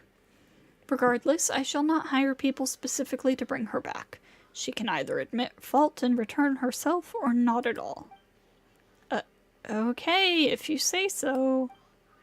All the same, thank you for helping me to bring Hero and the others back. The payment isn't much, even with the food added in, so take both, would you? You adventurers often sleep out in the wild, don't you? Well, remember to eat well and dress warmly. Don't starve or catch a chill. Yep, you take care of your leg too, Mr. Earnshaw. See you. Take good care of yourselves. Oh, we got the recipe! Reminds you too much of your own dad. Ugh, that's rough. Alright, let me see. There should be another world quest over by the fountain.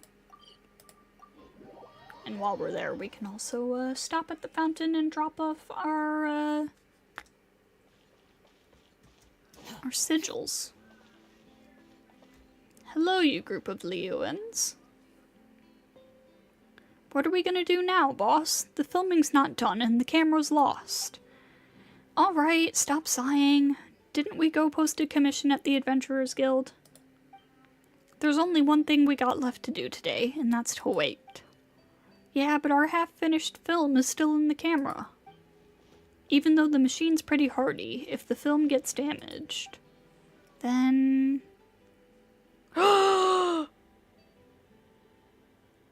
Are we gonna get a camera that can record videos? What film camera? Well, well, didn't I say help was coming? As I said, all we had to do was wait. When did the Adventurers Guild get this efficient? It seems like some Fontainians aren't that slow going after all. Hello there, adventurer. You must be here for the commission to help us get our film camera back, right? We were attacked by monsters over there. Can you please hurry? I mean, I was just passing through, but sure. Oh. Then... That's fine. It's all fine. I knew the Adventurers Guild wasn't reliable. Your head hurts? Oh no. Adventurer, would you like to accept an emergency commission? The pay's real good. That sounds fine. Great. Fantastic. I need you to go over and help us get our film camera back. We'd be in your debt. I hope you feel better, Wind Plumes. Oh, this is part 1, huh?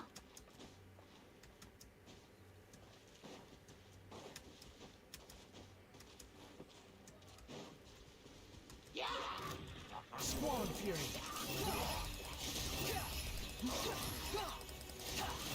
Upon the gale.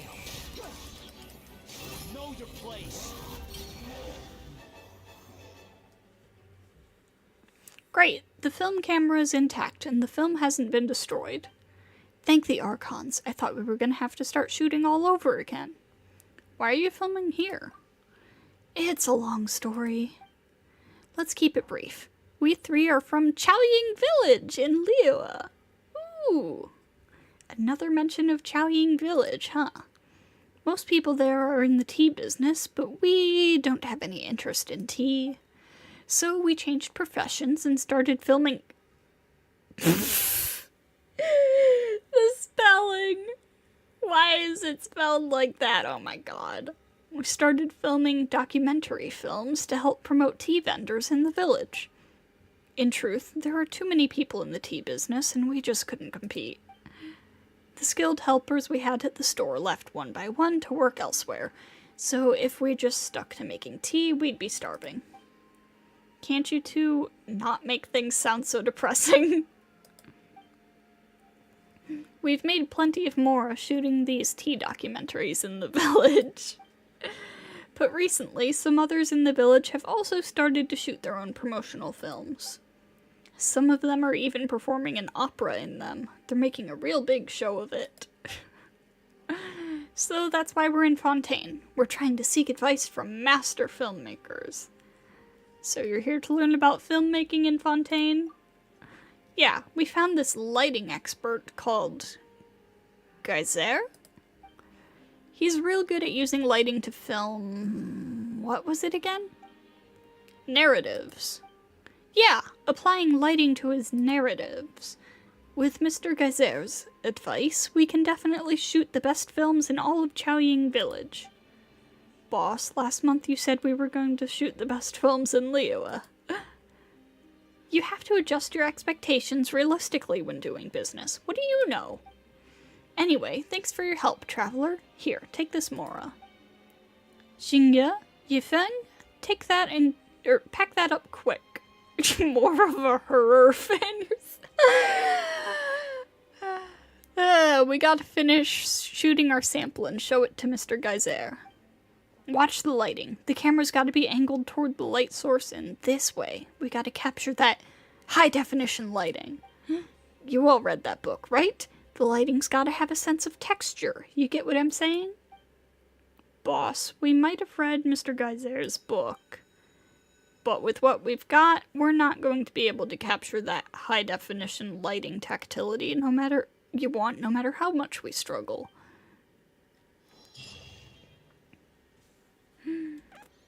Uh-oh. So something tells me I'm gonna be running into those two in a couple more locations around Fontaine.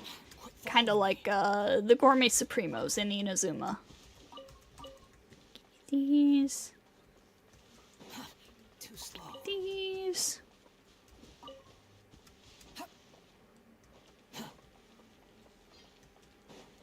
Behold.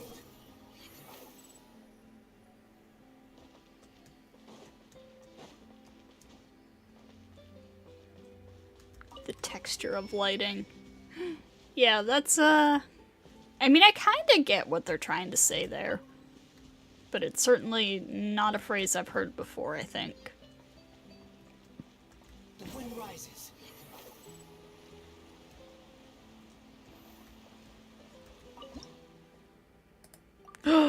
Let's go! We got fates.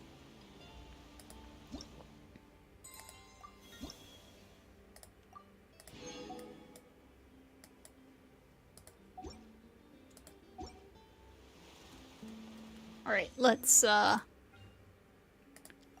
Lynette. No Lynette. Alright, let's see what Standard has in store for us.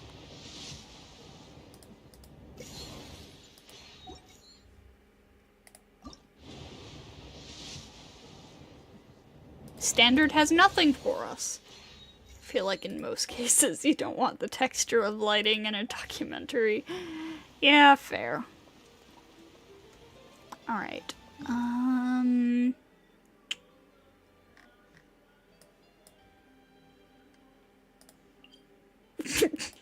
Child urine.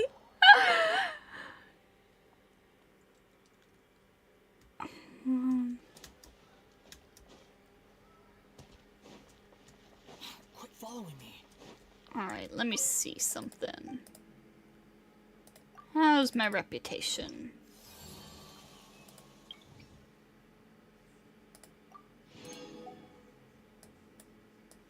Oh.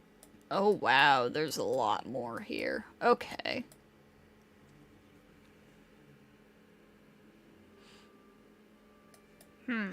I don't even know where to go to find some of these. Or any of these. So,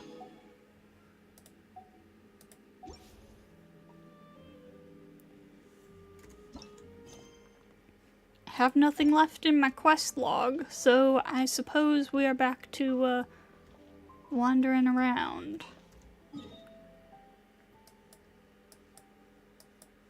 Where should we go?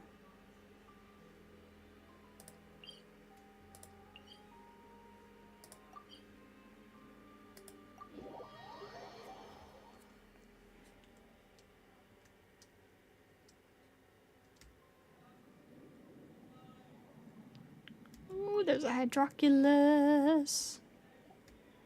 YouTube bullying you? Oh no! How dare YouTube bully you?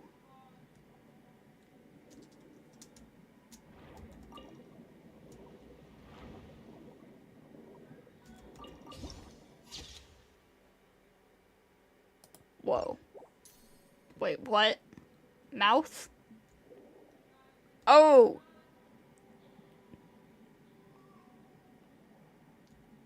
I see.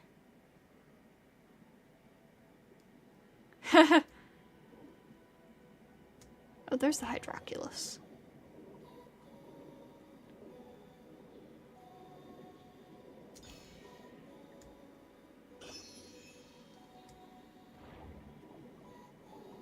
There's Papa.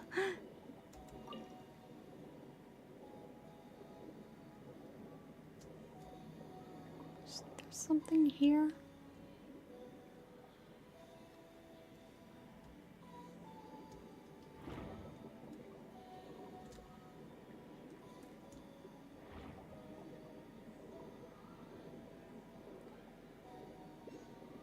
Wait, there's a Sealy here.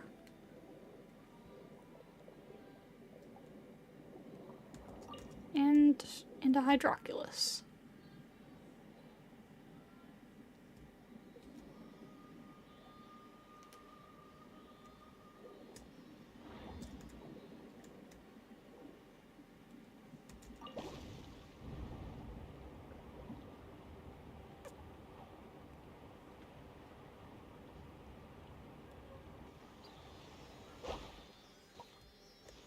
Hello, Sealy.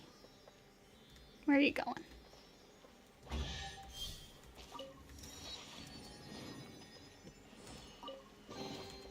Unnecessary.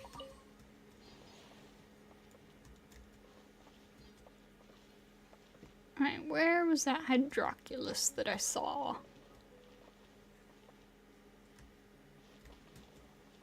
There's a hilly troll over there. Excuse me.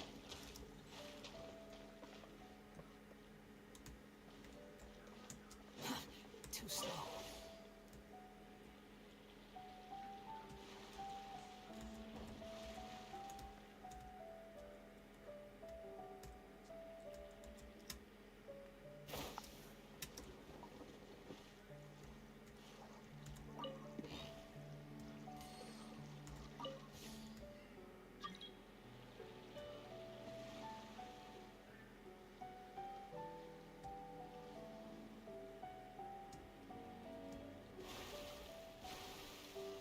There was a Hydroculus on my map. Where did it go?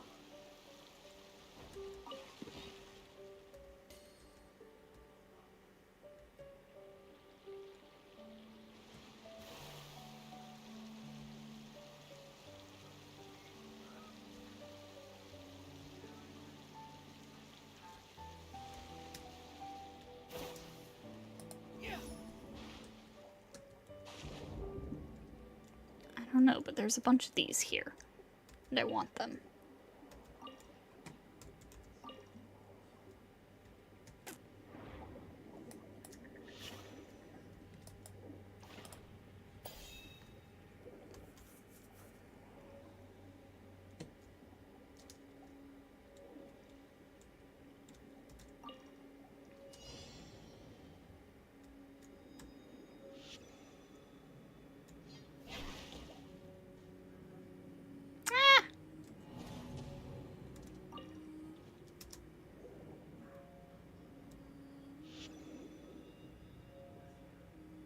Gotta time it just right. There we go.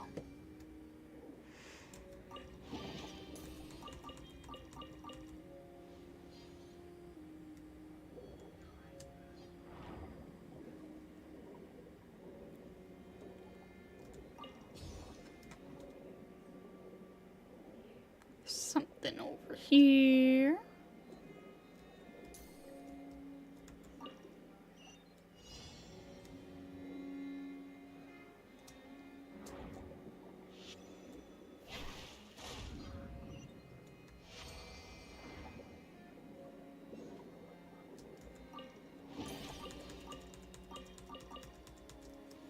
Wait, there's a quest marker. Why is there a quest marker? Is it because there's a quest there? Is that why I did that? That's probably it.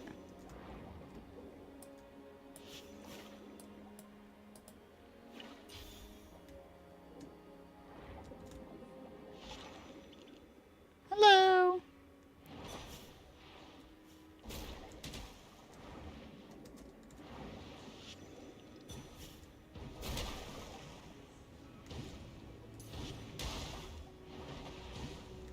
Rude. Oh. Oh, geez, there's one of those over there.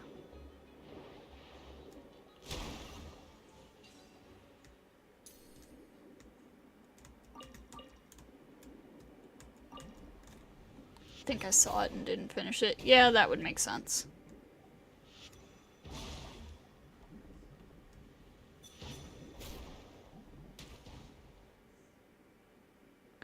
There was an otter in there! Oh, hold on, otter, hold on.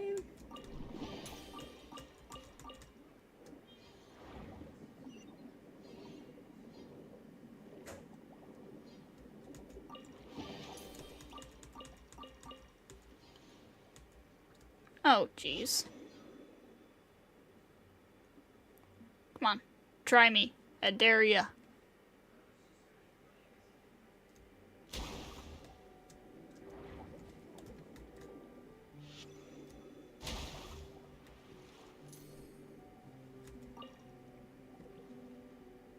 Saying they're aggroed, but they're not attacking me.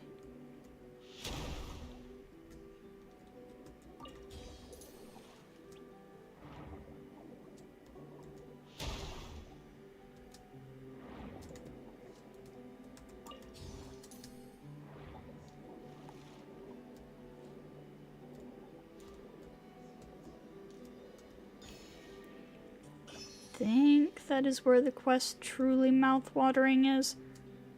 I see. Well, let's go check it out.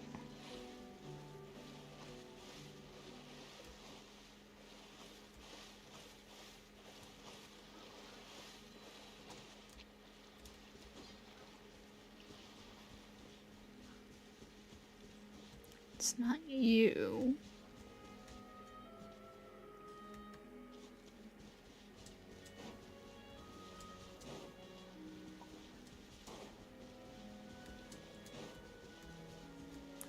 Oh, right.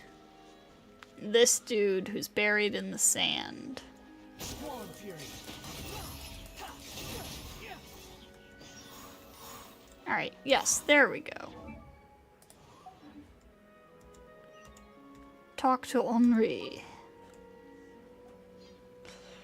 Thank you, thank you, thank you so much. You are my saviors. I, Henri, will never forget your kindness. And yes, that is how you pronounce that. It's not Henry, it's Henri.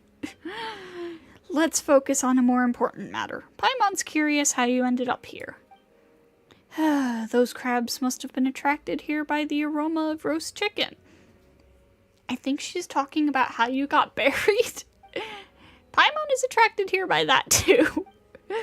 No, that's different. Those crabs were probably choosing between me and the roast chicken as the starter. Just the thought that they might have chosen the fresh starter gives me chills. I'm more curious about why you're buried in the ground. Yeah, do you need help? Naturally. No, I mean, no, do not help me out. Ah, okay, we heard you loud and clear. Let's go. No, wait, please. Huh? What's up? Here's the thing. Please listen to me carefully. This is a brand new beauty fad. You don't need to shout. Paimon's ears hurt. Worry not. I am a perfectly sane person. I have my doubts. I am adopting a beauty practice that is scientific and healthy, which is why I buried myself in the moist sands with my own hands. Please leave. Do not block my sunlight. Let's go? Since you're curious, then you leave me with no choice but to explain the magic of this skincare treatment. The clam worms in the sand can clear the... so loud. What is up with this person? He's the sand guardian, guardian of the sand. Poseidon quivers before him. Or I guess in this case it would be Focalor? Focalor quivers before him. This is really weird. Is that so? What do you think? Let's check the vicinity first. Are you leaving? Yes, we'll look around and come back later. Okay, off you go.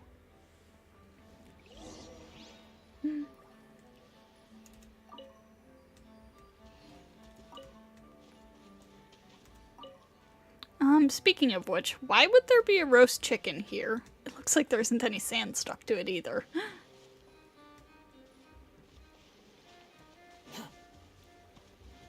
Are you two the ones who buried him? Focalor quivers before him.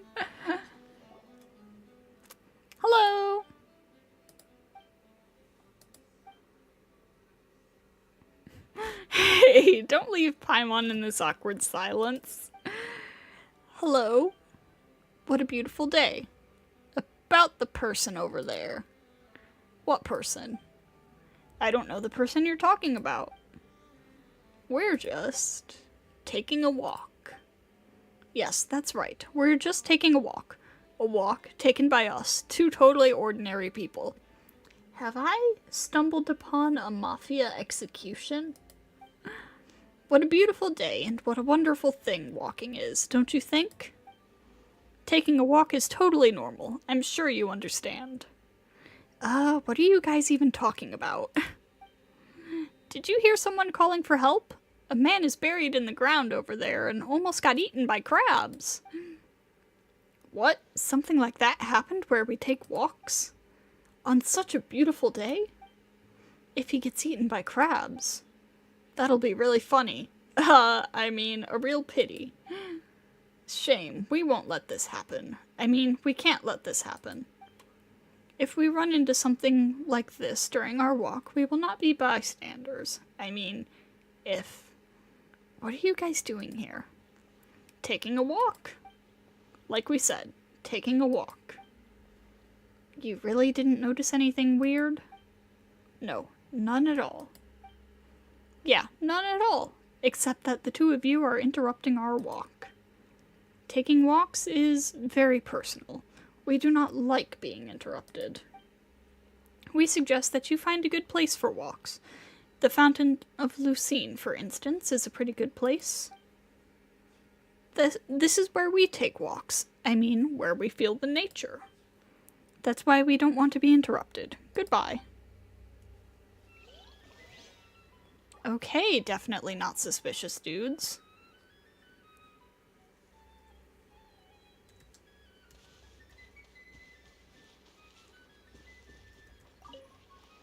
It looks like a strange machine, and it's broken, too.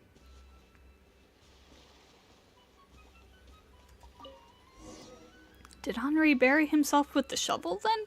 Fontainians sure are a strange bunch.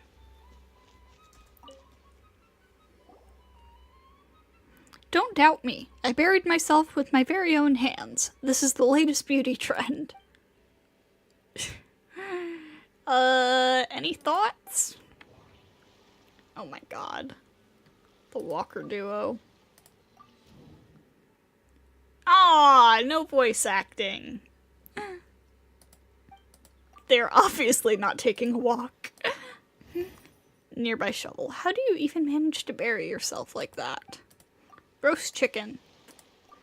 The skin is grilled to perfection, fragrant and crispy. The sizzling fat inside is releasing 1,000 aromatic compounds that speak of tenderness that melts in the mouth. It looks delicious. Self-proclaimed beauty treatment. The latest beauty fad and a very weird attitude. But why did he have to scream and shout then? Crabs. Almost ate Henri's head or the roast chicken. Shout out so he can be heard. Did he shout so that people other than us could hear him? Speaking of such people, they are probably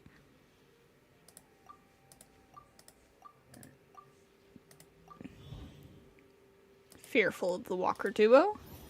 Henri is afraid of asking for our help because he is scared of the Walker duo. So the reason why the Walker duo makes Henri scared is...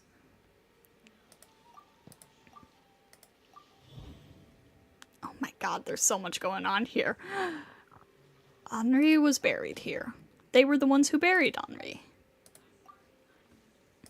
Crabs associate the crabs with the roast chicken. Catching crabs. I see. Henri wanted to lure the crabs with the roast chicken. Nearby shovel.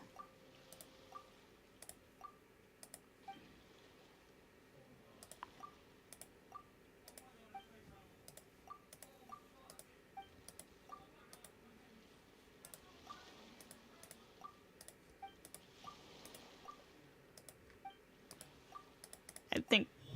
Oh, that did get something. Burying roast chicken? I see. Henri tried to bury the roast chicken with his shovel, but ended up getting buried by crabs. I see, definitely. I have done nothing.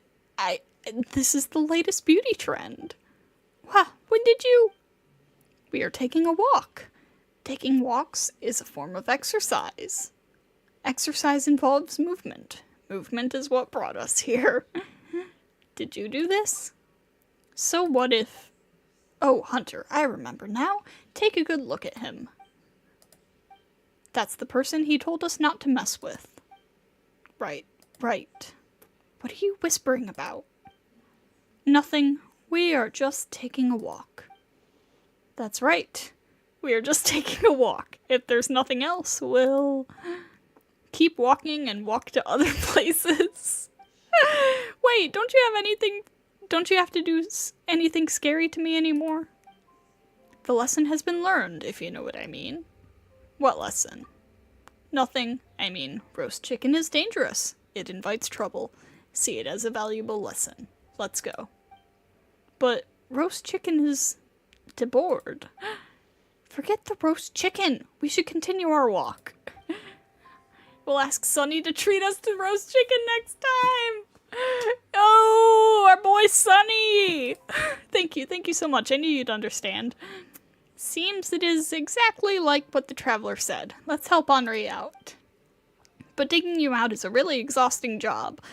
So Paimon will take the roast chicken as payment. Huh? Alright, fine. It takes you a while to help Henri out of the sands and take the barrel off him. You start enjoying the delicious roast chicken with Paimon. Henri seems as if he is about to drool, but he holds back the desire to have a share, to keep his promise and maintain his dignity. However, seeing Henri trying really hard to look unaffected, Paimon offers to share the roast chicken with Henri. The chicken is crispy on the outside and gives out an irresistible oily aroma. Yum yum. Freedom! Ah, the sweet taste of freedom. Though not as satisfying as roast chicken is, freedom sure is sweet. So, what does the board that you're holding stand for? Oh, this. It represents protest, of course. Against what? How should I put this? They are the ones who buried me. They did it to stop me from working hard, which is why I want to protest. Wait, why do they want to stop you? Why do they want you to stop working hard? Can you keep a secret? Of course, your secrets are safe with Paimon. Then yours are safe with me too, but I'm afraid I can't tell. Hey, are you making fun of Paimon? Let's talk about something else then. Okay, what's with the barrel you were wearing? Is that a form of protest as well? Huh? That I don't know. Before they buried me, they put this barrel on me. A deed born of their twisted tastes, I'd wager. And why did you end up buried by them? Because they are terrible, terrible people. They just grabbed me for no reason at all and buried me in the sand. They wanted me dead. No reason at all, huh? Really? Of course! Didn't you see? I was literally buried in the sand. Just an honest man making an honest living. Truly, truly. If they didn't want me dead, why else would they do it? That makes sense. What do you think? Crabs. Almost ate Henri's head or the roast chicken. Roast chicken. Crispy on the outside and gives out an irresistible oily aroma. Truly mouth-watering. But Henri was buried, so he couldn't eat it. Though it feels kind of weird. The roast chicken was placed in front of him because...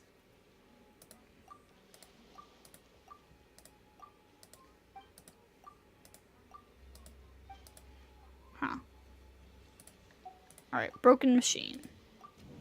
A machine with an unclear purpose. Seems like it's no longer functioning. Is it related to the situation here? Barrel on the body. The barrel that the Walker duo put around Henri's chest before he was buried. Ether can't stop thinking about that chicken. So true, so true. Oh my god. Outlet. That's beautiful. Buried safely. Under such circumstances, the barrel prevents the sand from applying pressure to the chest so that Henri would not be suffocated. Which is to say, the Walker duo did not want to kill him, so their true intention was...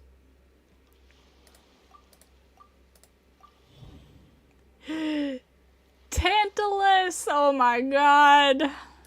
Lesson. They mentioned lesson before leaving. Seems like they wanted to teach Henri a lesson by burying him in the sand and letting him see the roast chicken that he couldn't reach. But why?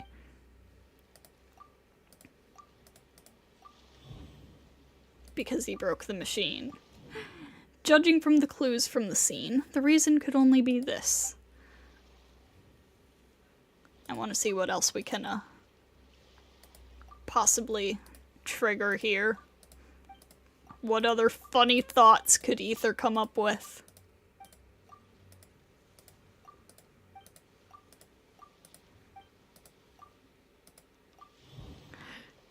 Used roast chicken to catch Henri. If it were Paimon, she might have fallen for that.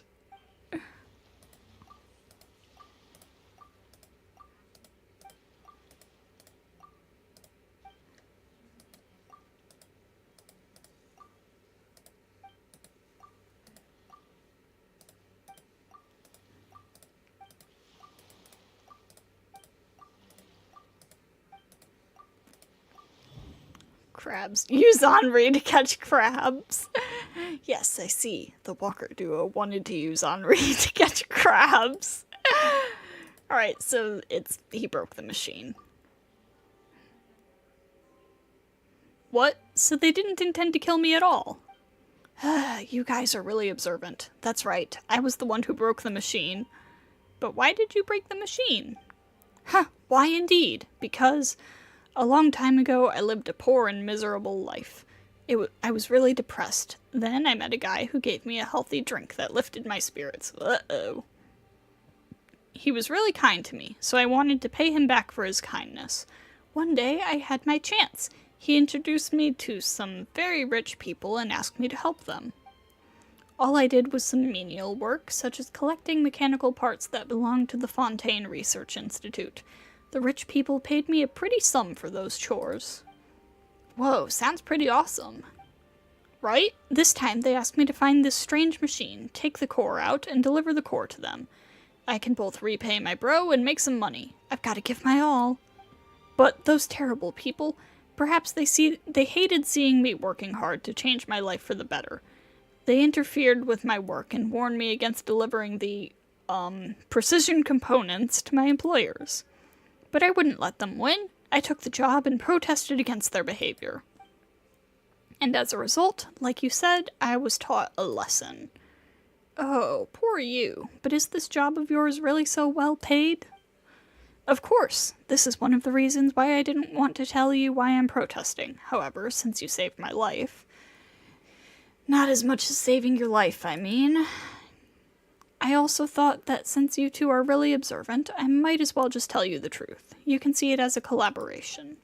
Such strange machines have been deployed above ground and underwater. It's easy to spot such machines. They all produce a peculiar light around them. Handle it for me and bring me the specific core inside it. There should be 7 in total. After it's done, we'll split the earnings 50-50. Deal? What do these machines do? They destroy the environment. These machines are evil stuff. Destroy how? How am I going to know? I'm not a member of the Fontaine Research Institute. Anomalies have already occurred, so it has to be hazardous to the environment.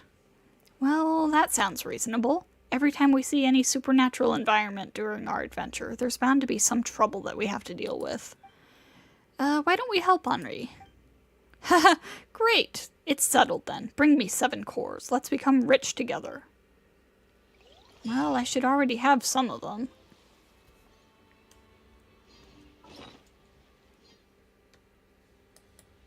Let me see. Okay, yeah, I've got 4. Alright, guess I'll have to keep an eye out for the other 3.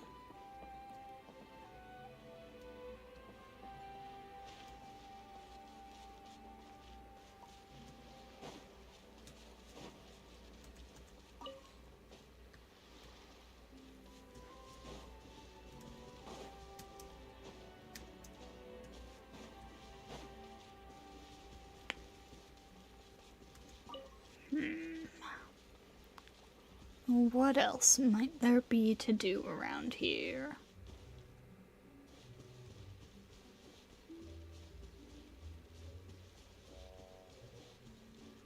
Quit following me.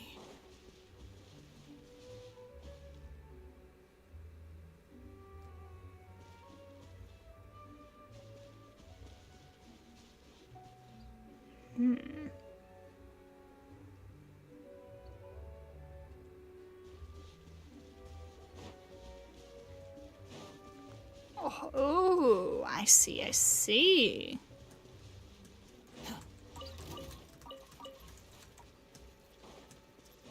The wind rises.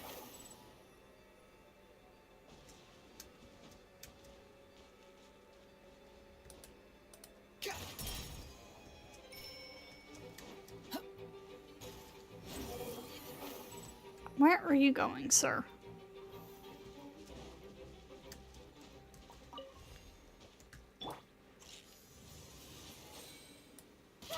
Ooh, there's a Hydroculus up there. That didn't work.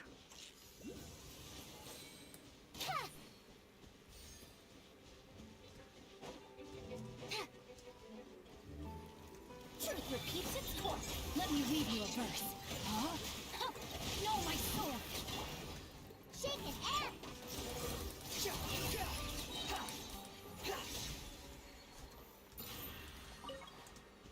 Quit following me. Yep, Faru's on snipe. Let's go.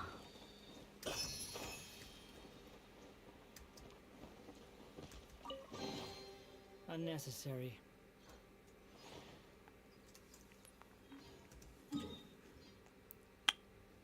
Should, head up a statue real quick.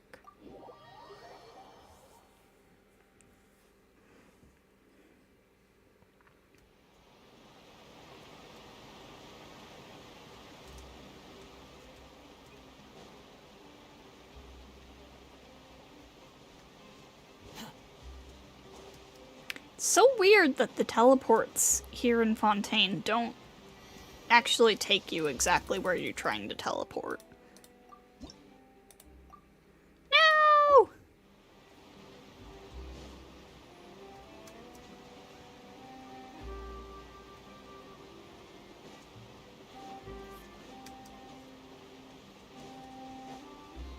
Squall and fury.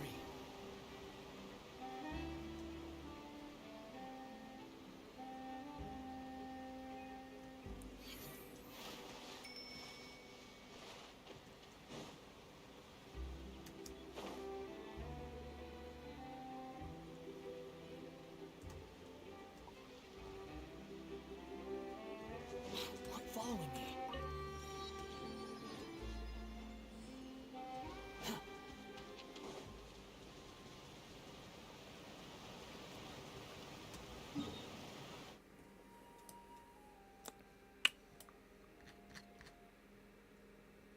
Oh, wow. Okay, exploration progress is coming along nicely. You know what? I should, look for Vivian. Nobody tell me where she is, but, I haven't found her yet. I've only found Ninian. So yeah, I think I might, take a look around, see if I can find Vivian.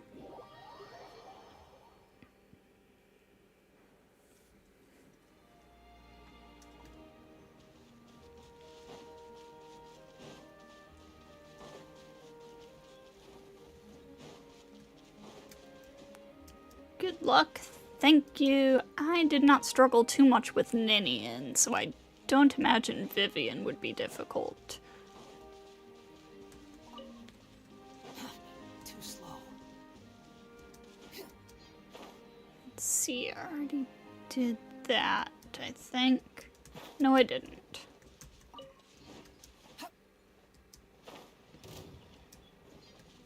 Grim cutter. Huh? No, my sword. You know where she is, but even if you did try to tell me, you think you just confused me? Interesting.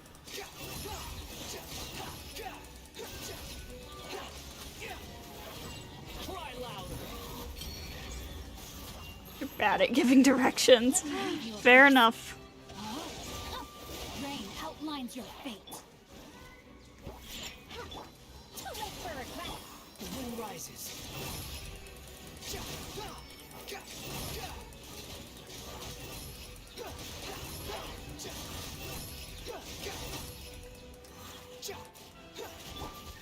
Rain cutter. It's not hard to find. You just suck at explaining things. Fair, fair. Is that a ruin grader over there? Behold.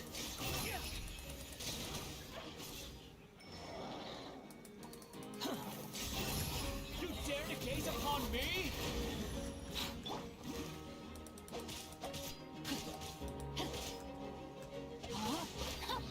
Rain outlines your fate. Let me weave you a bow.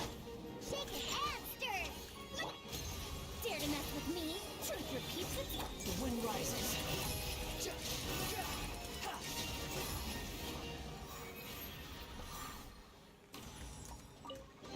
I got an achievement. That is not what I meant to press. Angle eraser. Suppress the beastly rift using the power of the crystals. Yeah, good luck getting Benny. There's no such thing as pure freedom in this world. Even the wind cannot blow on forever. Whoa, lot of ruin machines over here. What the heck? Okay.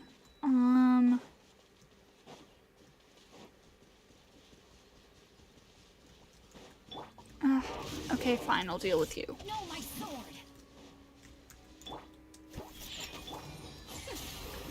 Squall and fury. After what you've done today, even if he did pull child, he would refuse to come home. I don't know. Alright, do I have a shrine key? I do not.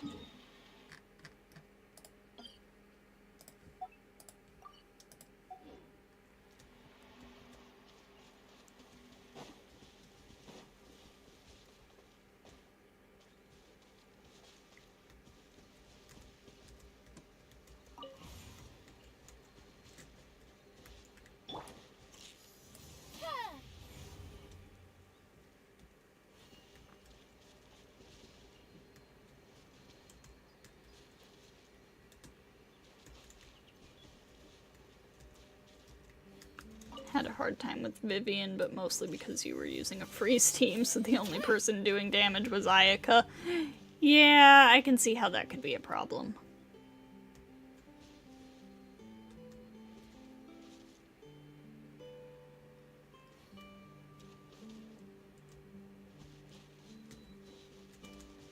Oh, I see.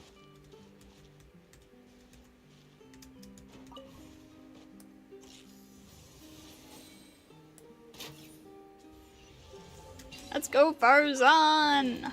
Hey, fine, that was worth the trip. Alright. Quit following me.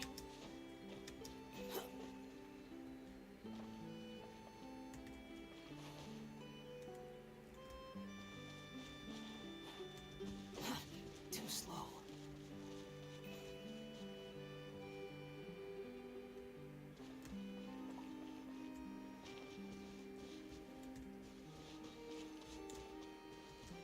Quit following me. Oh, that was not how I was supposed to do that, but okay.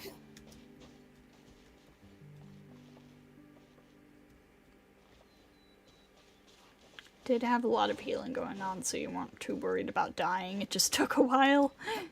Yeah.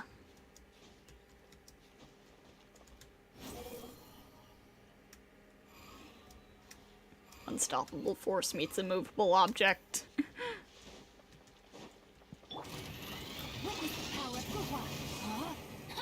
Oh god, the Ruin Grader woke up too? Can't have You're free to go back and change your party. Behold! Upon the gale. I mean, fair enough. Quit following me. Alright, hello, sir. Rain cutter. Sketch. Dare to mess with me. The wind rises. Search for it.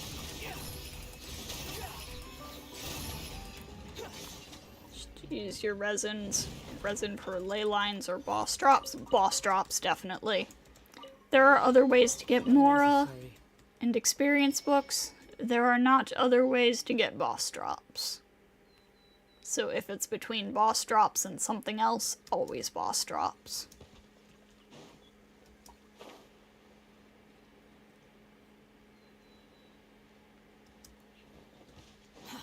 Too slow. Oh, a world quest.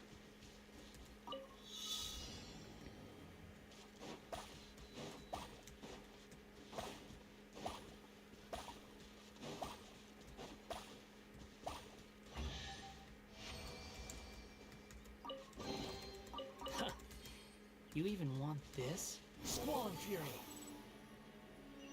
Decided all hate them's getting the crown. Nice. Too slow. Quit following me. Too slow. Gimme. Ooh, spooky. Oh, they're on me. Elenos, your cells are bothering me. Shake it and stir. Have fun with this game. Behold! Only problem is you'll have to fight the way nude again. Yeah, that's not the most fun fight.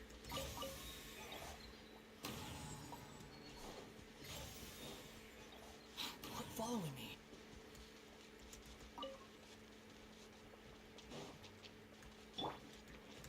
Right, well, there's a world quest here, but it's No, my sword. underground. So I have to get underground. Sketch. Squall and fury.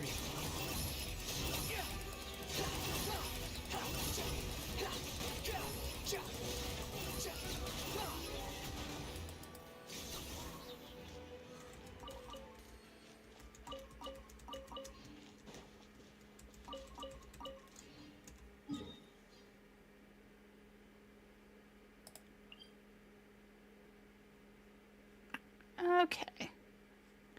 Okay, so the fastest way to get there would be to come here. And... oh, there's another world quest over here. Alright, let's get this one.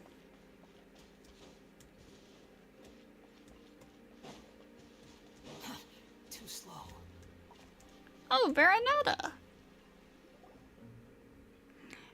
Traveler and Paimon, we meet again!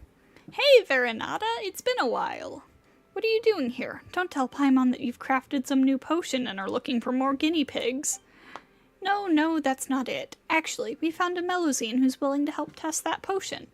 Carabassa herself has already headed over to thoroughly document the potion's efficacy. It's just... what? It's just that Carabassa was so excited to hear that someone's willing to test it that she left home without bringing the potion. Carabassa, isn't she the great potioneer that you mentioned last time? That's right.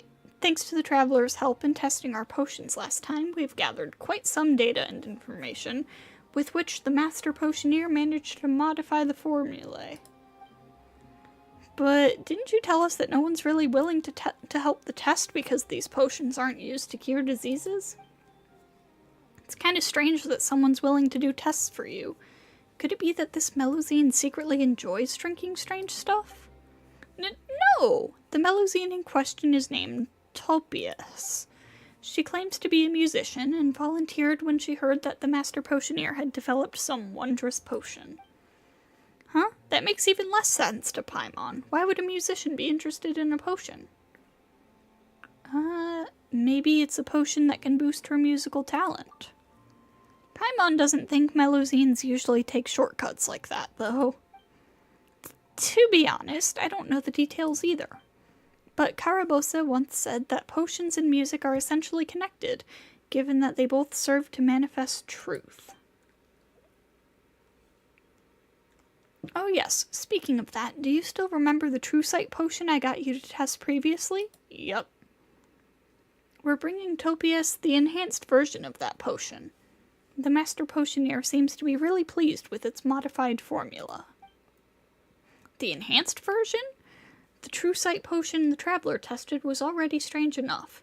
The effects of the enhanced version might be even worse, you know. Anyway, can I ask you two for one more favor? I still have to gather lots and lots of herbs before the Master Potioneer returns. So I can only ask you two to take this potion to her. She should be with Topias at the moment. Oh, so it sounds like we just need to bring this potion over then?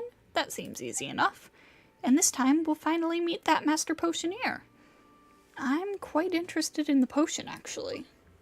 Yeah, maybe there's even a potion that helps you find hidden treasure. Just think of the Moro we'd make. Let her brew. Let her brew. Thank you so much for taking the potion to the Master Potioneer. Alright, where are we going? Look for Carabosse.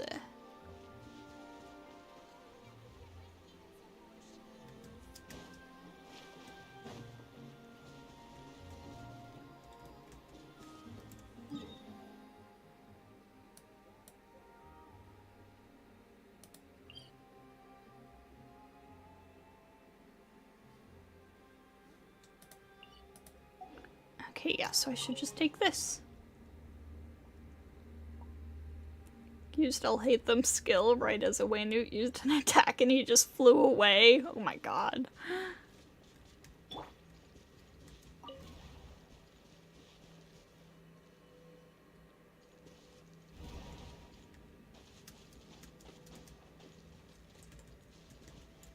I have no idea if this is going to work.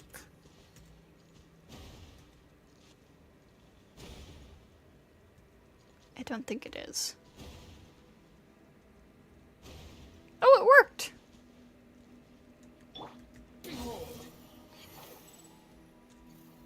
Why did... Huh? Boo.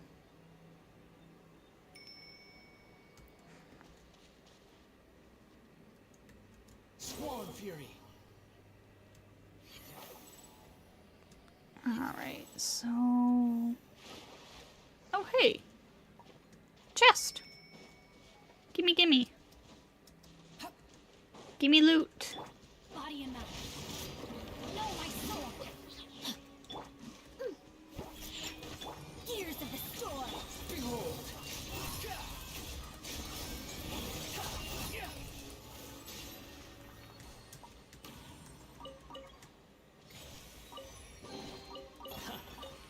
You even want this? Quit following me.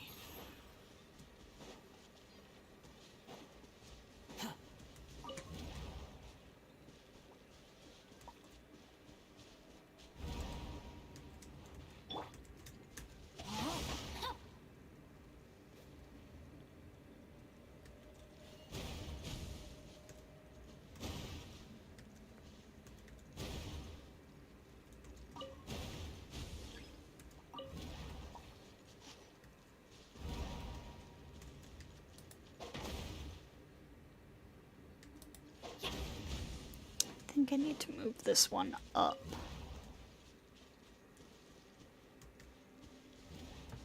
Body and mind.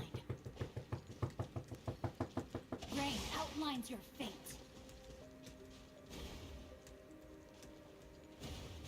Bruh.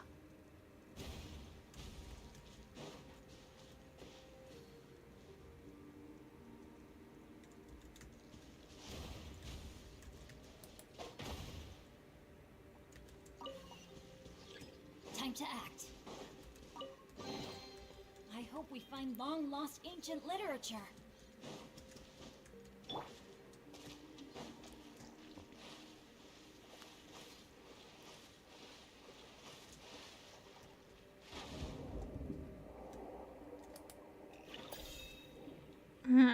So down here...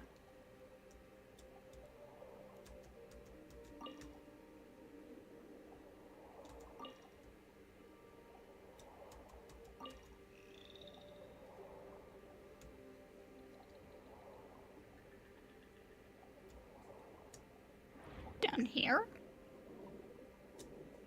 Yes. That's a really big conch, it sure is. Look, they must be Topias and the Potioneer. Let's head over. Hold up. Okay.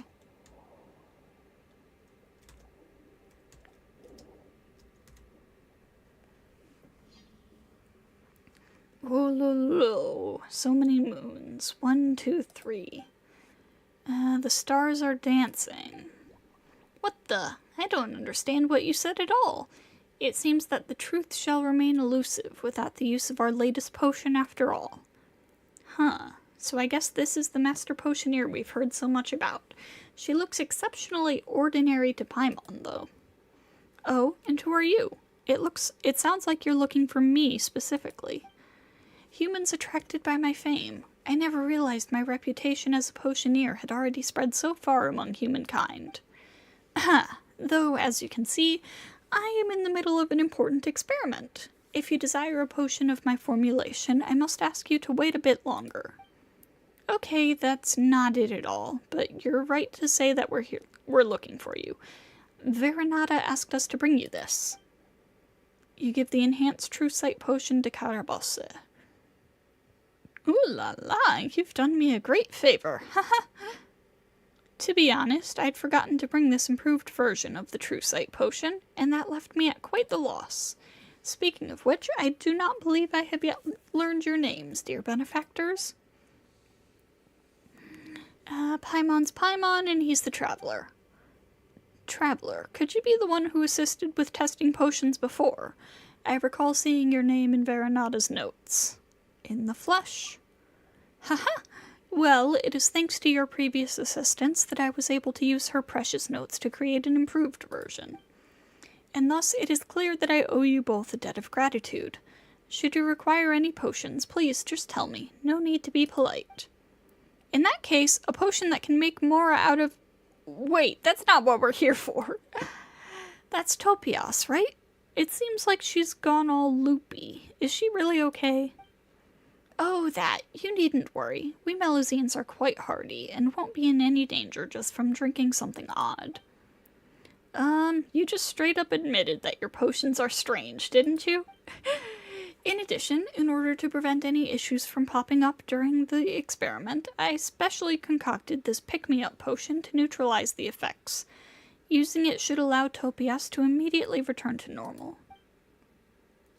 Carabosse administers the pick-me-up potion to Topias, something. Now that felt like a very long time. Whoa, strangers! Haven't seen you around before.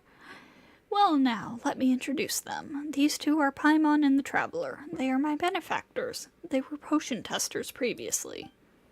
Oh, I see now. Hello, I'm Topias, a musician from Merusi Village. Hiya there, Topias.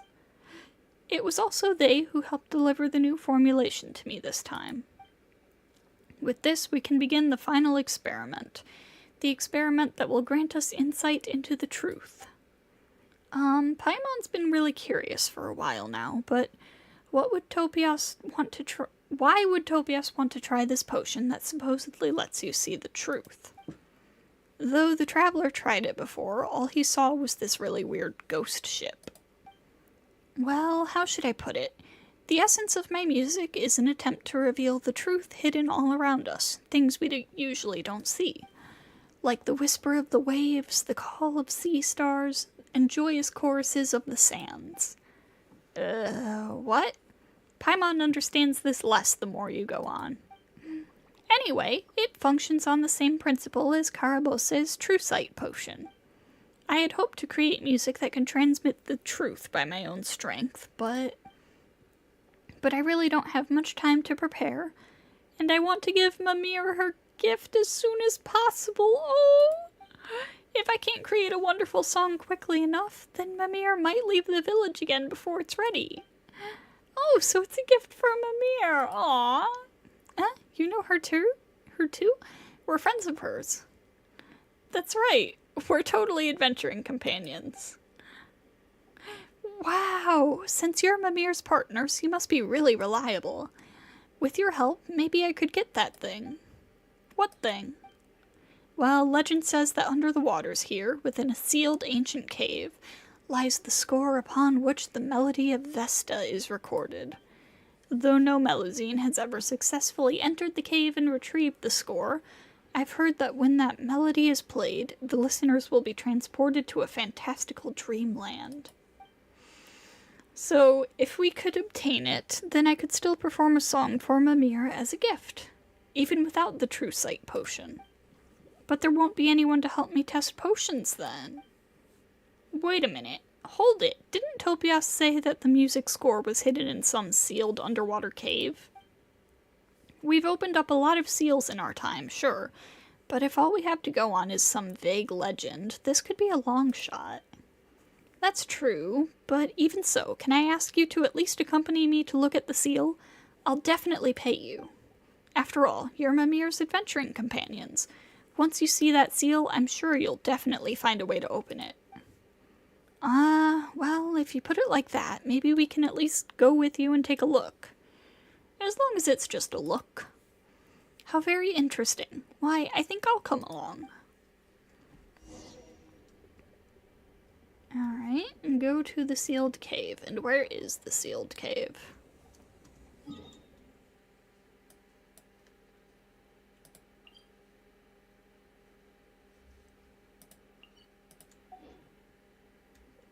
Somewhere.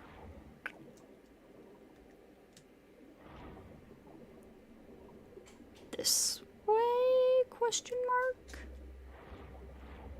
Is there anything this way? I don't know if I'm going to the right place.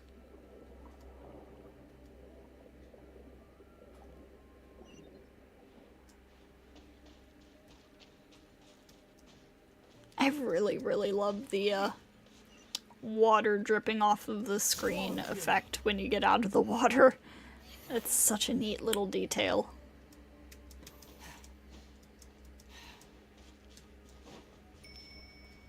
How do you guys actually know the lyrics to Ed Sheeran songs? I certainly don't.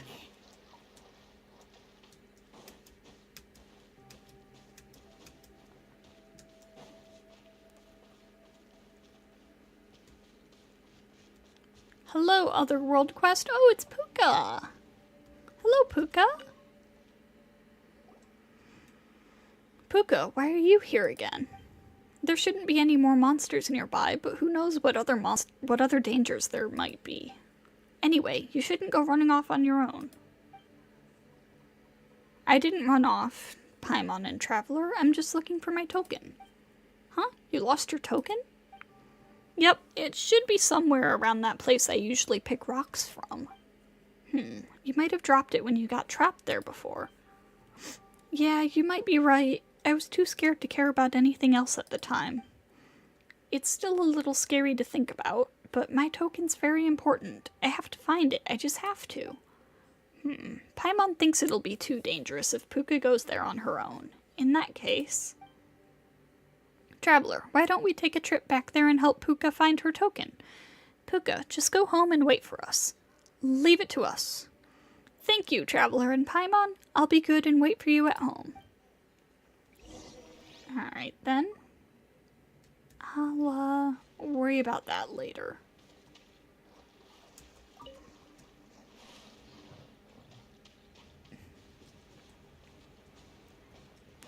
Alright, I have no idea if I'm going to the right place. I don't think I am.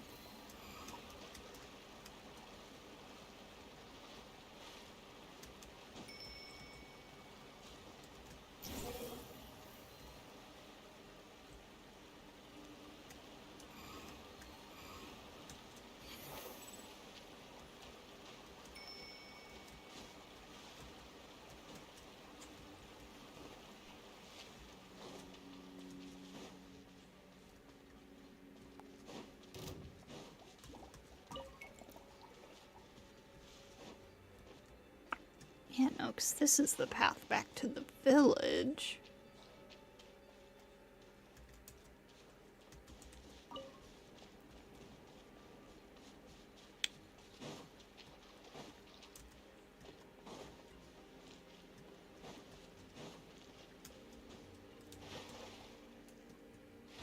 Down here.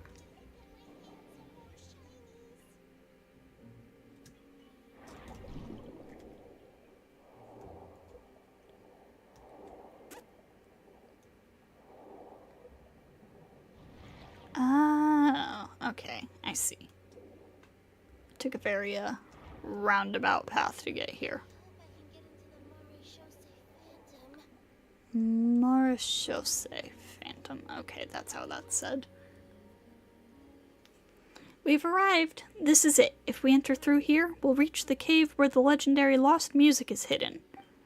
I've heard that the humans who lived here hid it inside long, long ago. It's just a legend, isn't it? You said that nobody's ever been inside, right? Maybe somebody just saw the seal here and made up a legend about it. I guess that might be possible. No, wait. This is a really ancient legend. And I heard it when I was young. There's no way it could be fake. Well, this seal looks pretty ordinary, and since it's here, there's gotta be a mechanism that opens it. Let's look around. Don't bother. I've looked all over this area here countless times, and there's nothing that even looks vaguely like a mechanism. And if there really was, then it would have been discovered ages ago, instead of nobody being able to get inside. Well, if there are no mechanisms around, even the traveler wouldn't be able to break the seal. Can someone have hidden them in some way that no one can find them? Oh, you mean some kind of invisible mechanism? Well, this seems like a job for yours truly. Eh? Have you already forgotten the true sight potion you brought me? It is a potion that allows one to see what cannot be seen. Huh? You mean anyone who drinks it will be able to see the mechanisms? Well, the traveler did see some really weird stuff after drinking it before, but it doesn't seem all that reliable. Rest assured, though I can't guarantee that it will work if a Melusine drinks it, things will certainly work out if the traveler does. After all, this improved version is based upon the data we gained from the last time you tried it. So from a certain perspective, the traveler is the perfect test subject for this new version. Baloney! You just want us to keep being your guinea pigs. Ah, come now. This formula truly is my pride and joy. If there really is some mechanism that cannot be seen, you will definitely be able to see it if you drink this. You've tried it once before, have you not? It can't hurt to have another go. If we're just trying it. Please be careful. Then please, drink this True Sight potion. I am looking forward to your feedback. You take the True Sight potion from Carabosse and gulp it down before the pungent aroma has a chance to spread. Just like before, it seems not to taste like anything. Good. The potion should be taking effect by now. Try to see if you can find what we're looking for nearby.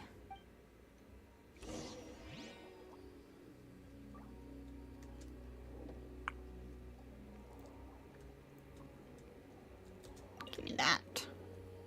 Okay.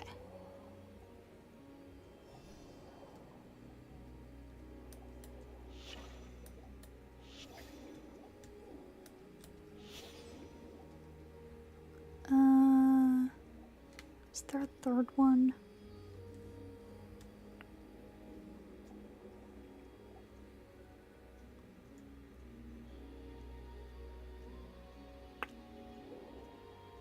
Is there a third one nearby? I don't see a third one. Huh.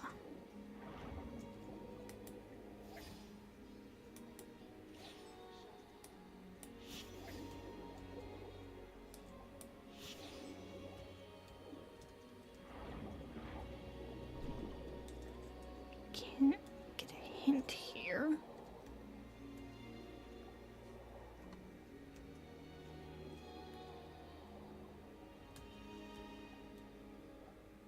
Oh, there is a third one. Okay.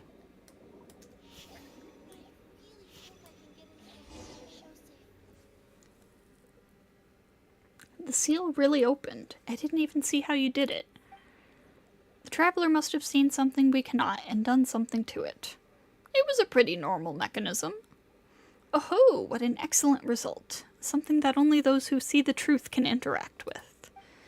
This truth is not bound to the confines of our own thoughts and eyes. It is different from ordinary subjective records. It is completely reliable and objective record. Though I cannot say if it is because of your innate talents or the potion, I believe the development of this true sight potion has certainly taken its first step towards success. Next, we must figure out the underlying principles behind the potion's effects and continue to improve it. Huh? You don't even understand the basic principles behind how it works and asked us to test it anyway? That's way too irresponsible. What can I say?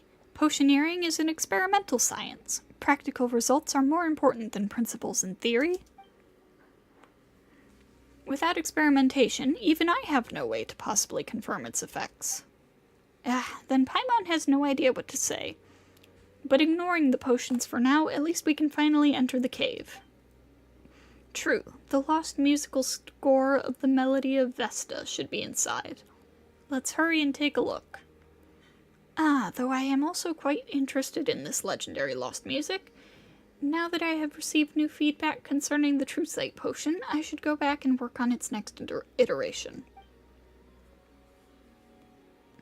As such, I shall be taking my leave for now. My thanks, benefactors. Remember, if there are any other potions you'd like to try in the future, come and find me. Anyway, since the seal is open, let's go in and have a look. Maybe we'll find something unexpected. Alright. Let us go take a look.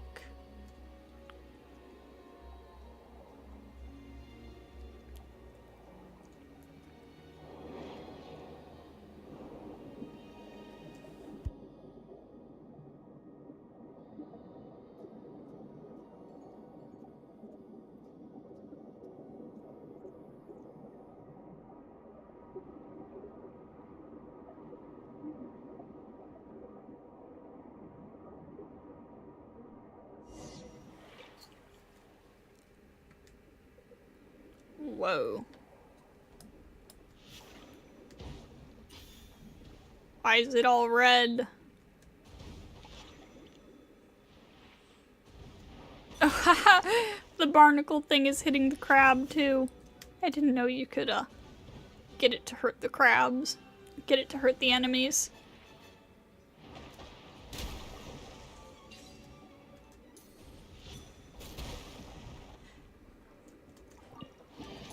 There's no treasure here. Let's go look somewhere else.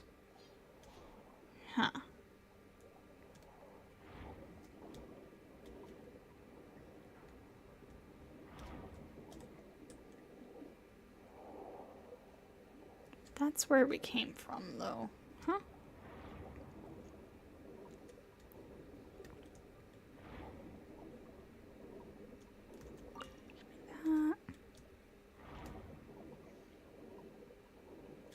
Oh.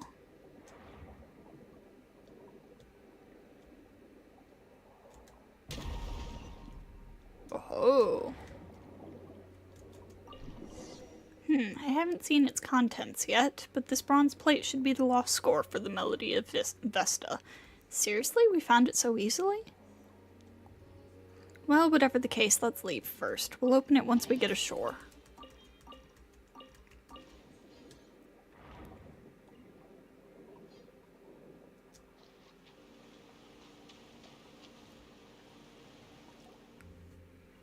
Here we are. Now let's take a look at the score we just found.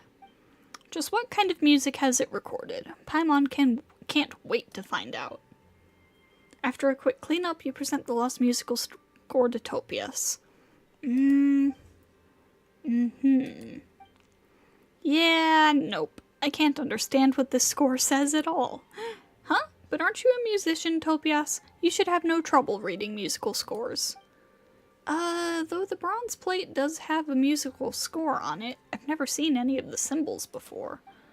I've read lots of human notation before, but this is really the first time I've seen anything like this. Oh, what am I going to do?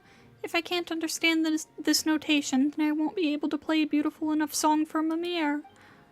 Ah, come on, don't worry. Since it's a music score, there's definitely some way to read it. We just need to find someone who can understand it. Yeah, since it's a lost ancient score, maybe it uses some kind of lost ancient language. Anyway, it should be fine if we go and find Catherine in the court of Fontaine. Fontaine is full of artists, and the Adventurers Guild helps us. Or if the Adventurers Guild helps us, we can definitely find someone who can read it. Why don't you head back and wait for us, Topias? Once we figure this thing out, we'll come find you. Then I'll leave it to you. Alright, let's bring that over to Catherine.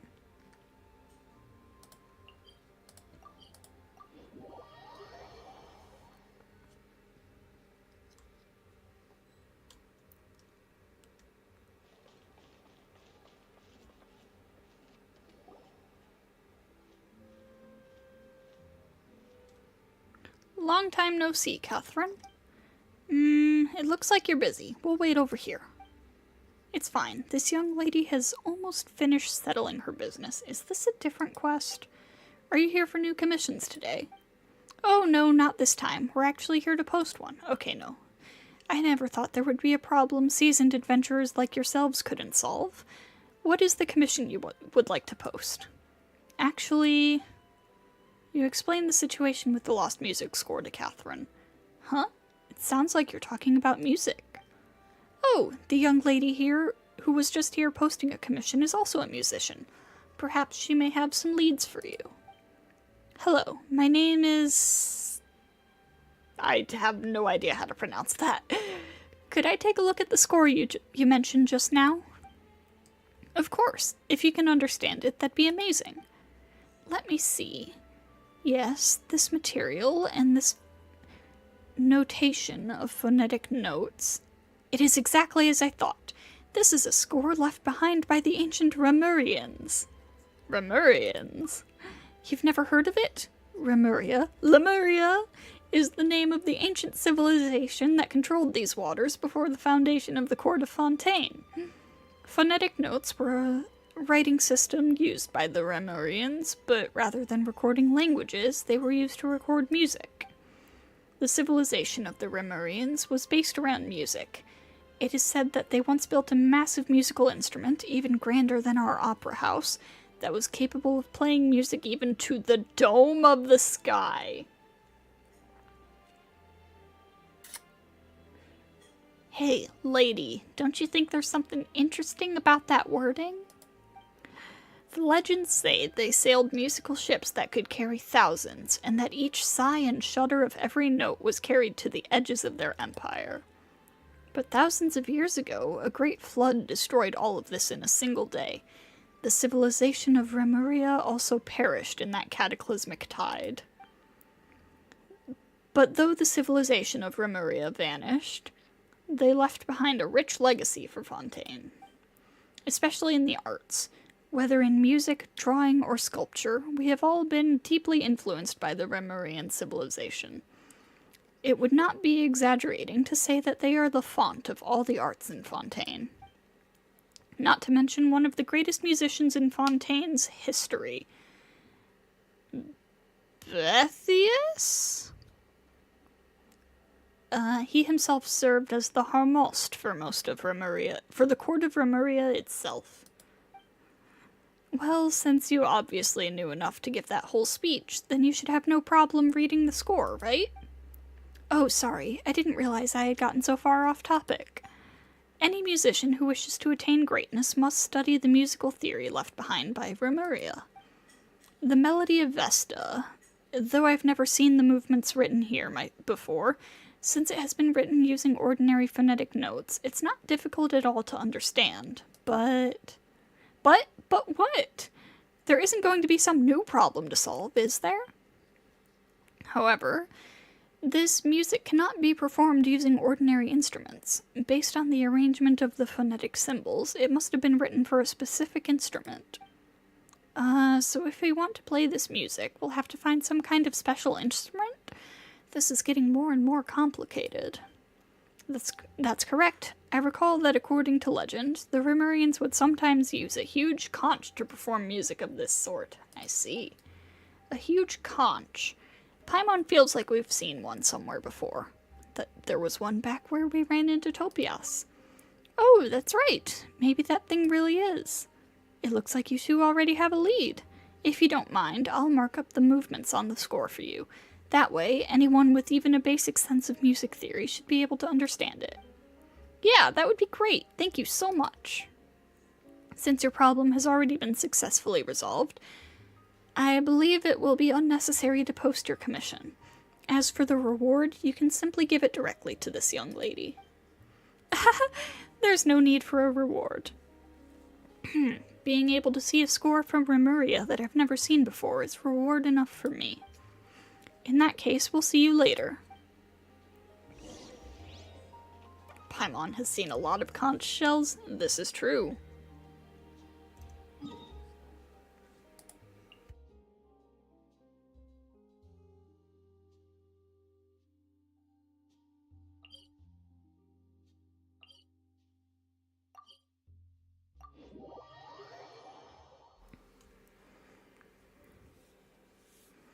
Muted my mic to get a drink of water and then realized that my water bottle is empty. Oh no!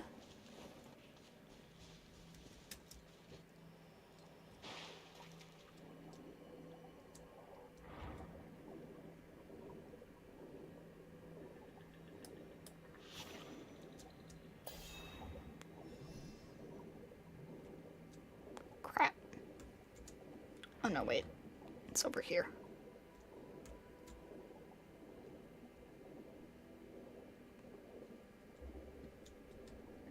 Or not. Where is she?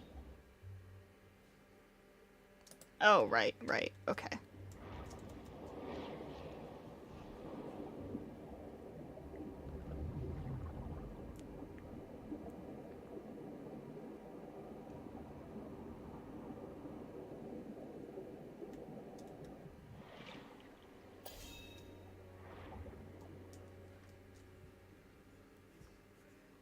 Hey, Topias, we're back! Oh, it's you.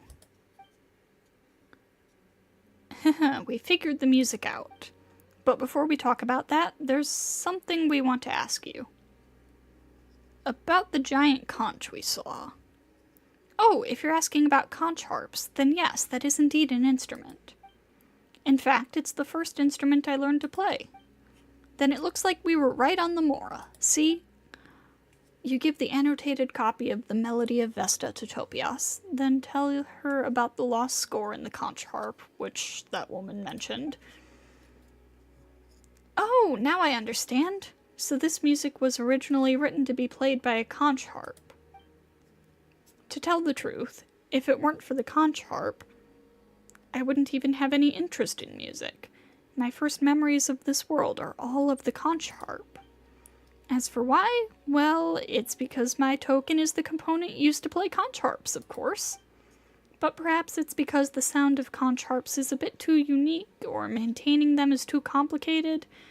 I would always attract a bunch of strange creatures whenever I played it. At some point, I just stopped using it to play music. Will you help me clean up the conch harp? All we need to do is place this token and clean up the conch's mouthpiece. And then we just need to adjust the token and we can start playing. Oh, so we just need to put it in then. That's a piece of cake. Let's go over together. Paimon's really looking forward to this. Paimon wonders just what kind of music we're gonna get.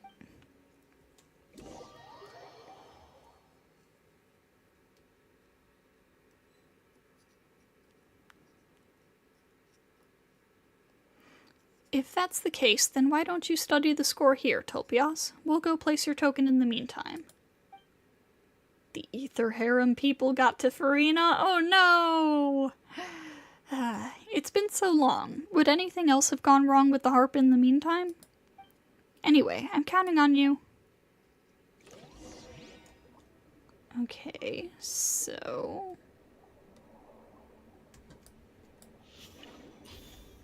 we just place the token. Huh, we mounted it up, but there's no response. At times like this, we just need to give it a smack or something, right?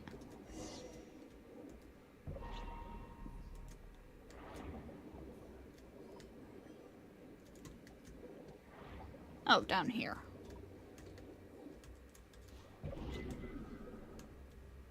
Nope. Up more. Where am I smacking it?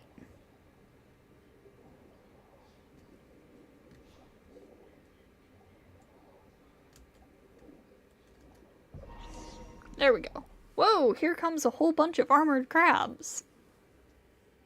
Are these the strange things that Topias said would be attracted to the performance? No wonder conch harp performances became impossible. Come on, let's help them clean this up.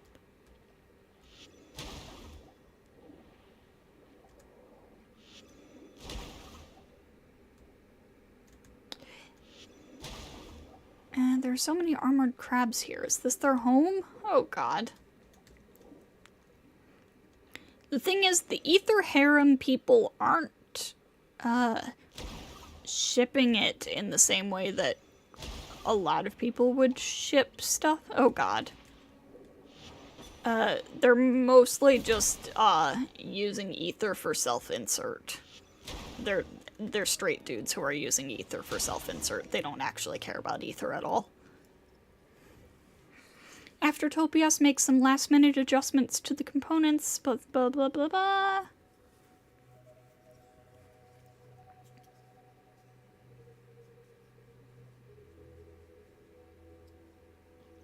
Wow, what wonderful music. Even though it took so long, Paimon knew it wasn't all for nothing the instant she heard it. It washed away all our fatigue, just like that. Yes, even though it can't carry people off into a dreamscape like the legend says, it is truly beautiful music. It's definitely good enough to be a parting gift from Mimir. Thank you both so much. You both spent so much time running around and worked so hard for the sake of my music. We are Mimir's companions, after all. Anyway, I'm so grateful. Thank you. Oh, right, and this is the reward I promised you. If you have time, please come back and listen to more beautiful music.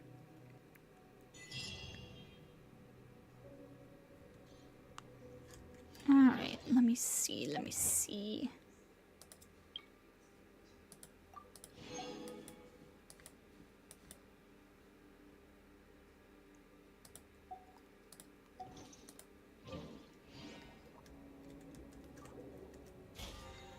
What do we got here? Oh, nice. Alright, to the fountain. Yeah, I have no idea what you're talking about, Outlet.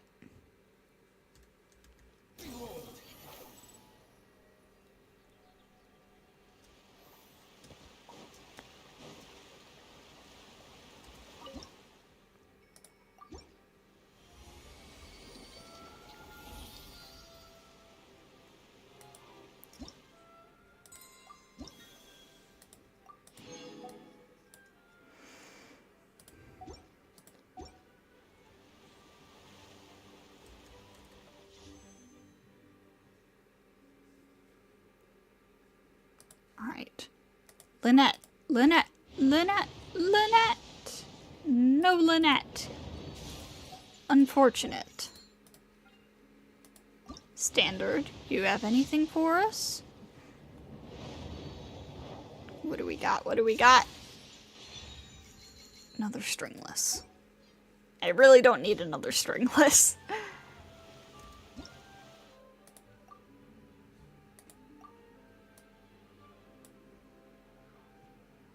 Okay, well, I'm gonna go ahead and wrap up here for the night. Thank you, everybody who, stopped by. Will not be streaming tomorrow, of course. We'll be streaming on Monday, not sure what yet. I'll get the schedule out at some point tomorrow. So I hope to see you all on Monday.